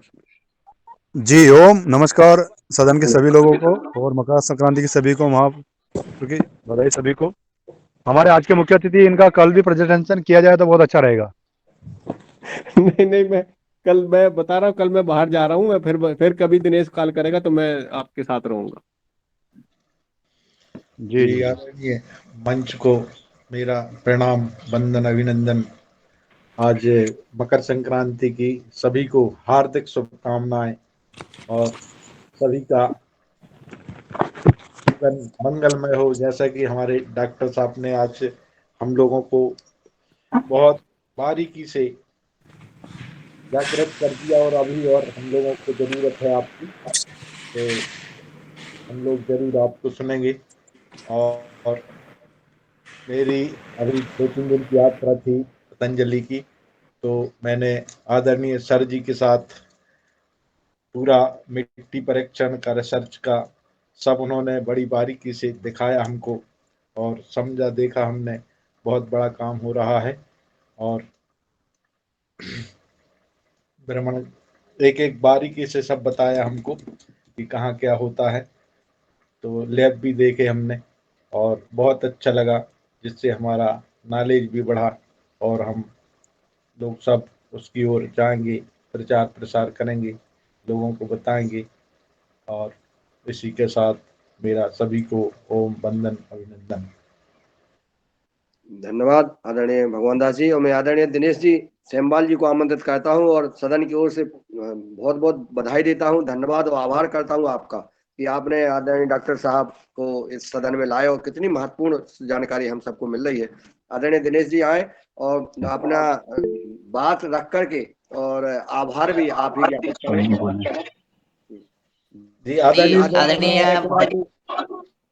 जी आदरणीय जी डॉक्टर आदरणीय विनय कुमार थोड़ा सर मैं जी ने ही डायरेक्टर सर का नंबर दिया था। आदरणीय सर आप बात रखें। जी जी हेलो हेलो। जी सर, जी सर। हाँ, ये सर का है। देखिए अनुभव बहुत अच्छे हैं और सर की एक टीम है हमारे यहाँ यूपी गवर्नमेंट में अधिकारियों की, जो प्राकृतिक खेती वाला जो मॉडल पे नहीं है, इंटीग्रेटेड वाले मॉडल पे सब लोग काम कर रहे हैं। सर का ही डायरेक्शन था। और जो हम लोग बहुत इजी टेक्निक, जैसे सर बताया जीवन के बारे में और पर्व त्योहारों के बारे में, उसके साथ ही सबको रिलेट करके एग्रीकल्चर में जो इजी टेक्निक है उसकी तरफ ले जाने के लिए पूरा एक टीम है जो काम कर रही थी। और हम लोग अपने तरीके से अपने स्तर पे, व्यक्तिगत स्तर पे काम कर रहे थे।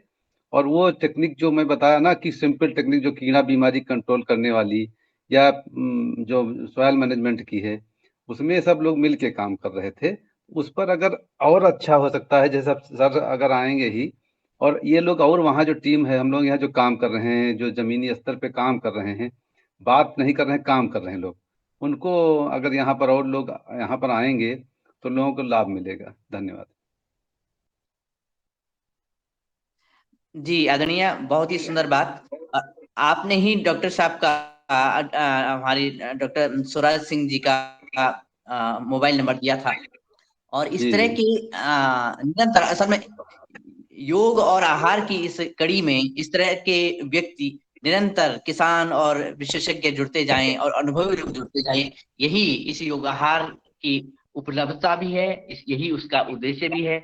और इसी माध्यम से ये अपने जो गंतव्य तक पहुंच सकता है गति और गुणवत्ता के साथ। तो आपका बहुत बहुत धन्यवाद है। इसी बात की आवश्यकता है कि हम अधिक से अधिक प्रयोग जो करने हैं, जमीनी प्रयोग हम कर सकें, और जिन्होंने कर दिए हैं उनको जान सकें, समझ सकें और उस दिशा में आगे बढ़ें। तो इसी बात के साथ आपकी उन बातों का स्वागत है।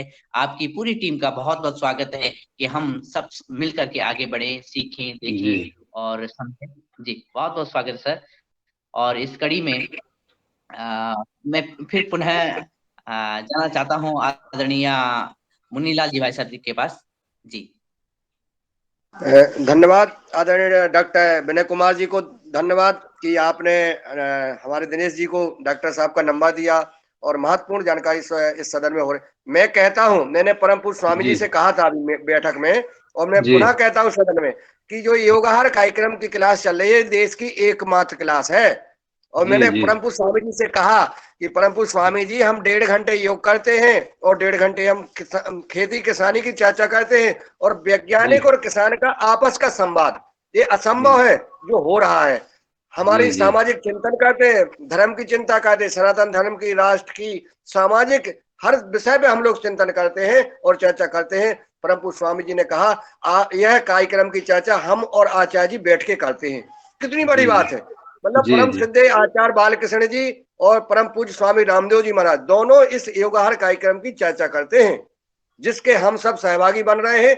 और हम सब यह रिकॉर्डेड भी हो रहा है। जो आप कह रहे हैं वो रिकॉर्डेड है। यह अनंत अनंत तक हमारी आने वाली पीढ़ियां सुनेंगी कि एक दैनिक योगाहार कार्यक्रम में क्या क्या विषय रखा गया था। इसलिए हम सबसे निवेदन है कि ऐसे ही महान पुरुषों को जो जिनका हमने अभी तक संग्रह नहीं किया है उनके ज्ञान का, तो इस योगाहार कार्यक्रम के माध्यम से हमारा रिकॉर्डेड ये अनुभव मिल जाएगा, आने वाली पीढ़ी को मिलेगा। क्योंकि युवा बहुत गलत दिशा में जा रहे हैं, तो उनको कैसे अपना व्यवहार करना है, भारतीय संस्कृति, भारतीय शिक्षा, रीति रिवाज, संस्कार कैसे आएंगे, इसी योगाहार कार्यक्रम से आएंगे। मैं पुनः नमन करता हूं सभी सहभागियों को जो सहयोग कर रहे हैं, रोज चिंता करते हैं और इसमें सहभागी बनते हैं, सहयोग करते हैं, उनको सबको प्रणाम। और मैं दिनेश जी से निवेदन करता हूं कि सबका आभार ज्ञापित करने का कष्ट करें। ओम।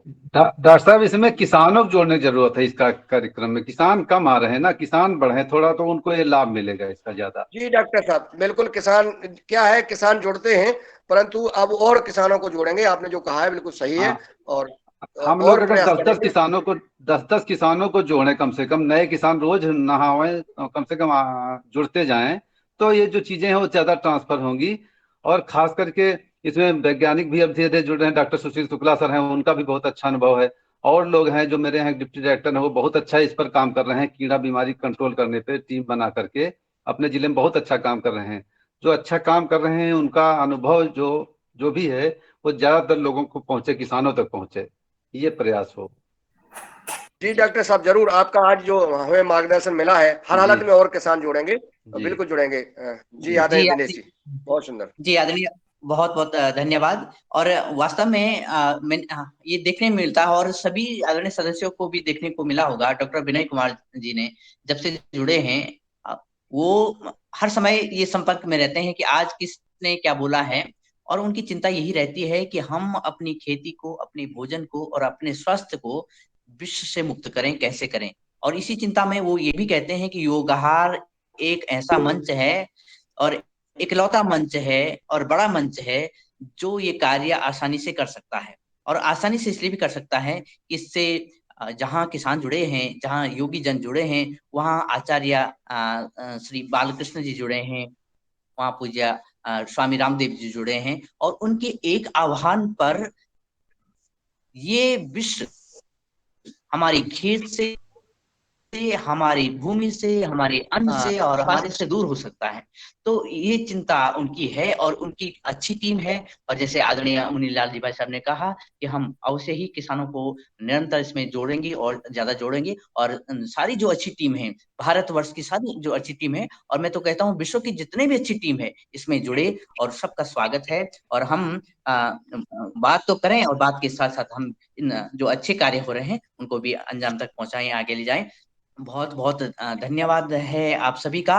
और इसी क्रम में आदरणीय हमारे आज के मुख्य अतिथि जी, और आज साथ में पतंजलि योगपीठ की सभी शाखाएं, उप शाखाएं जो लोग लेफ्ट हो चुके हैं, उनका भी बहुत बहुत आभार, बहुत बहुत धन्यवाद। और साथ में राजश्री कुशवाहा जी, भगवान दास कुशवाहा जी, भुवनेश्वर राय जी, बन्ने सिंह जी, धर्मेंद्र जी, दिकपाल रमोला जी, और हमारे डिस्ट्रिक्ट ऑफिसर हैं बागपत से। सर आपका भी उद्बोधन हम सुनेंगे जल्दी ही, आपका भी धन्यवाद है। साथ में डॉक्टर किशोर दुबे जी, कल्पना खोटेले जी, कृष्णा कुमार जी, कुलदीप उनियाल जी, नीलकंठ साबले जी, ओंकार नाथ जी, प्रदीप राज वर्मा जी, आदरणीय प्रणाली जी, प्रतिभा राजी जी, रघुवीर सिंह रावत जी, रामाधार जी,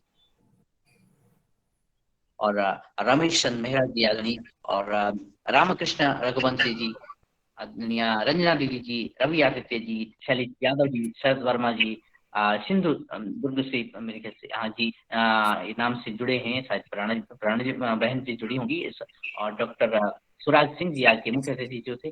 साथ में आदरणीय सुशील शुक्ला जी, जल्दी हम उससे जुड़ने वाले हैं, और टीम आदरणीय मुन्नीलाल जी, और जिनके नाम में नहीं ले पा रहा हूँ वे सभी। और आपको खूब खूब शुभकामनाएं मकर संक्रांति की, जो आज भी मनाई जाएगी, कल भी मनाई जाएगी। और साथ में बहुत बहुत अभिवादन आपका कि आप जुड़ रहे हैं, और साथ ही आदरणीय रमेश चंद्र मेहरा जी, गुरु जी हाथ रेज कर रहे हैं, कृपया आप बात मेहरा जी रखें। कुछ कहना चाहते हैं, स्वागत है जी। ओम, सदन को नमन। आज का बहुत अच्छा रहा, पर जैसे डॉक्टर साहब ने कहा कि किसानों को जोड़ें, तो ये समय किसानों के लिए उपयुक्त जोड़ने का नहीं है। किसान को यदि जोड़ना है तो हमें शाम का समय उपयोग करना होगा। किसान शाम को फुर्सत में होता है, ये समय उसको गाय लगाने का, खेत में जाने का ये होता है, इसलिए वो यहाँ नहीं जुड़ पा रहा। तो हमें सदन में इस पर चर्चा करनी होगी कि किसान को यदि इसमें जोड़ना है तो हमारे प्रोग्राम को शाम को करना होगा। जी ओम, सादर नमन। जी ओम, सदन के सभी को मकर संक्रांति की हार्दिक शुभकामनाएं। इस पर चर्चा करते हैं। डॉक्टर साहब क्या करें, डॉक्टर विनय कुमार सर और दिनेश जी हैं, जैसा इन्होंने कहा है कि शाम को, तो इसमें क्या कर सकते हैं हम? शाम का मतलब सर रात को 9 बजे के बाद। शाम को तो 7 बजे के बाद ही घर पहुंचता है ना किसान, तो सर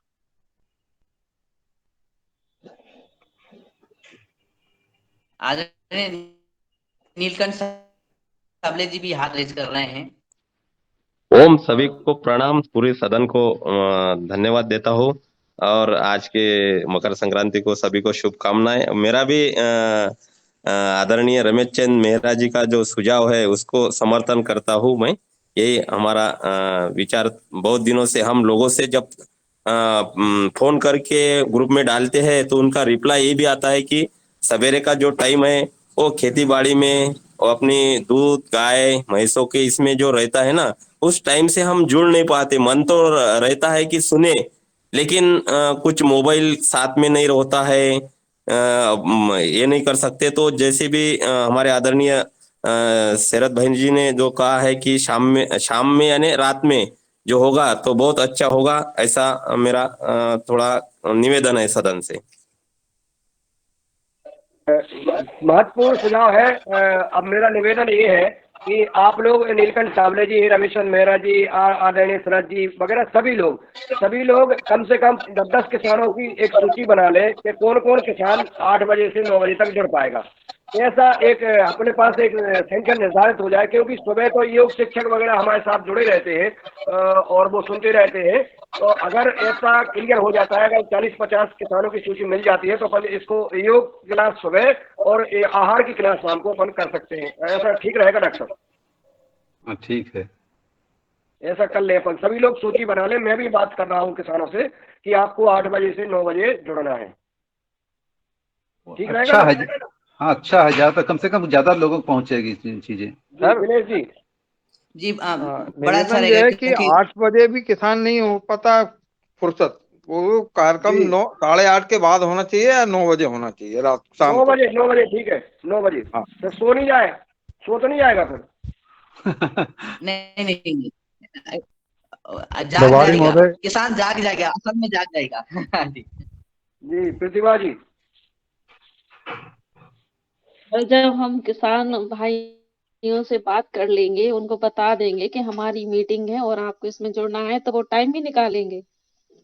ठीक है, हाँ जरूर। मतलब सुबह के कह रही हैं आप, शाम के कह रही हैं?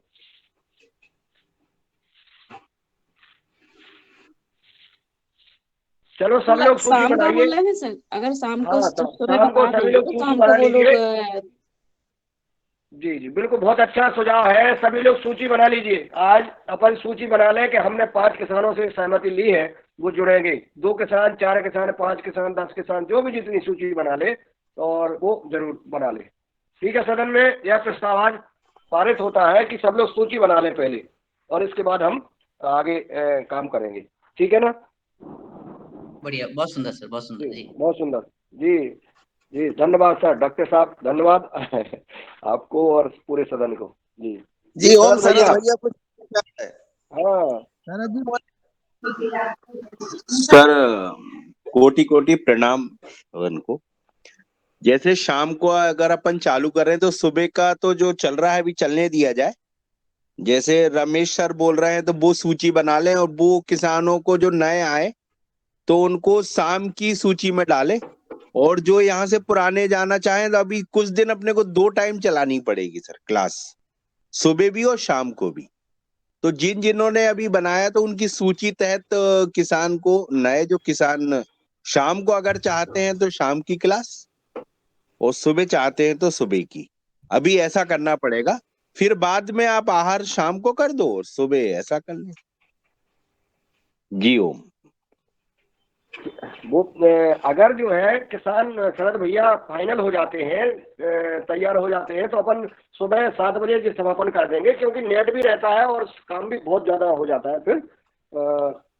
और फिर जो है आहार की अपन शाम को करेंगे दोनों। ये अच्छा है, शाम वाला अच्छा है।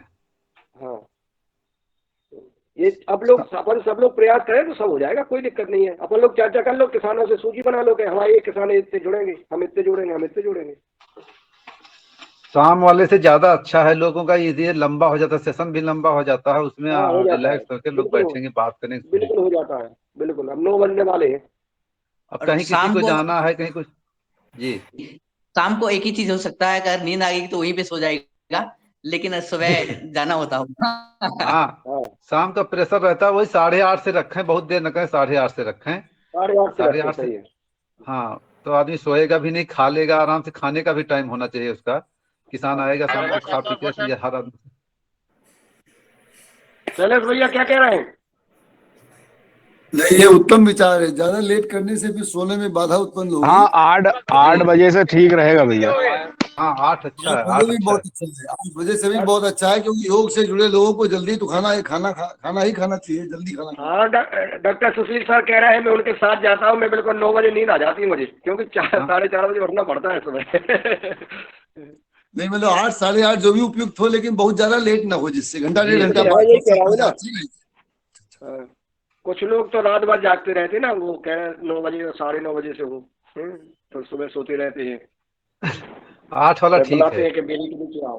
हाँ, फिर बीड़ी के नीचे बुलाना पड़ता है। जी जी। तो सब फोन आ गया। आदरणीय पवन सर जी जुड़ गए हैं, आदरणीय पवन सर जुड़ गए हैं, और देखिए महत्वपूर्ण विषय पे अपनी चर्चा हो रही थी, और जिनकी जरूरत थी वो जुड़ गए हैं। यही तो सर, आदरणीय डॉक्टर विनय कुमार जी और सदन में विभिन्न हमारे बुद्धिजीवी कह रहे हैं कि किसानों को अधिक से अधिक जोड़ा जाए, क्योंकि महत्वपूर्ण चर्चा हो रही है। तो इसमें शाम को किसानों को, सामूहिक किसानों को जोड़ करके शाम को ये आहार की चर्चा, योग सुबह और आहार की चर्चा शाम को, ऐसा प्रस्ताव आ रहा है सर। आदरणीय पवन सर जी।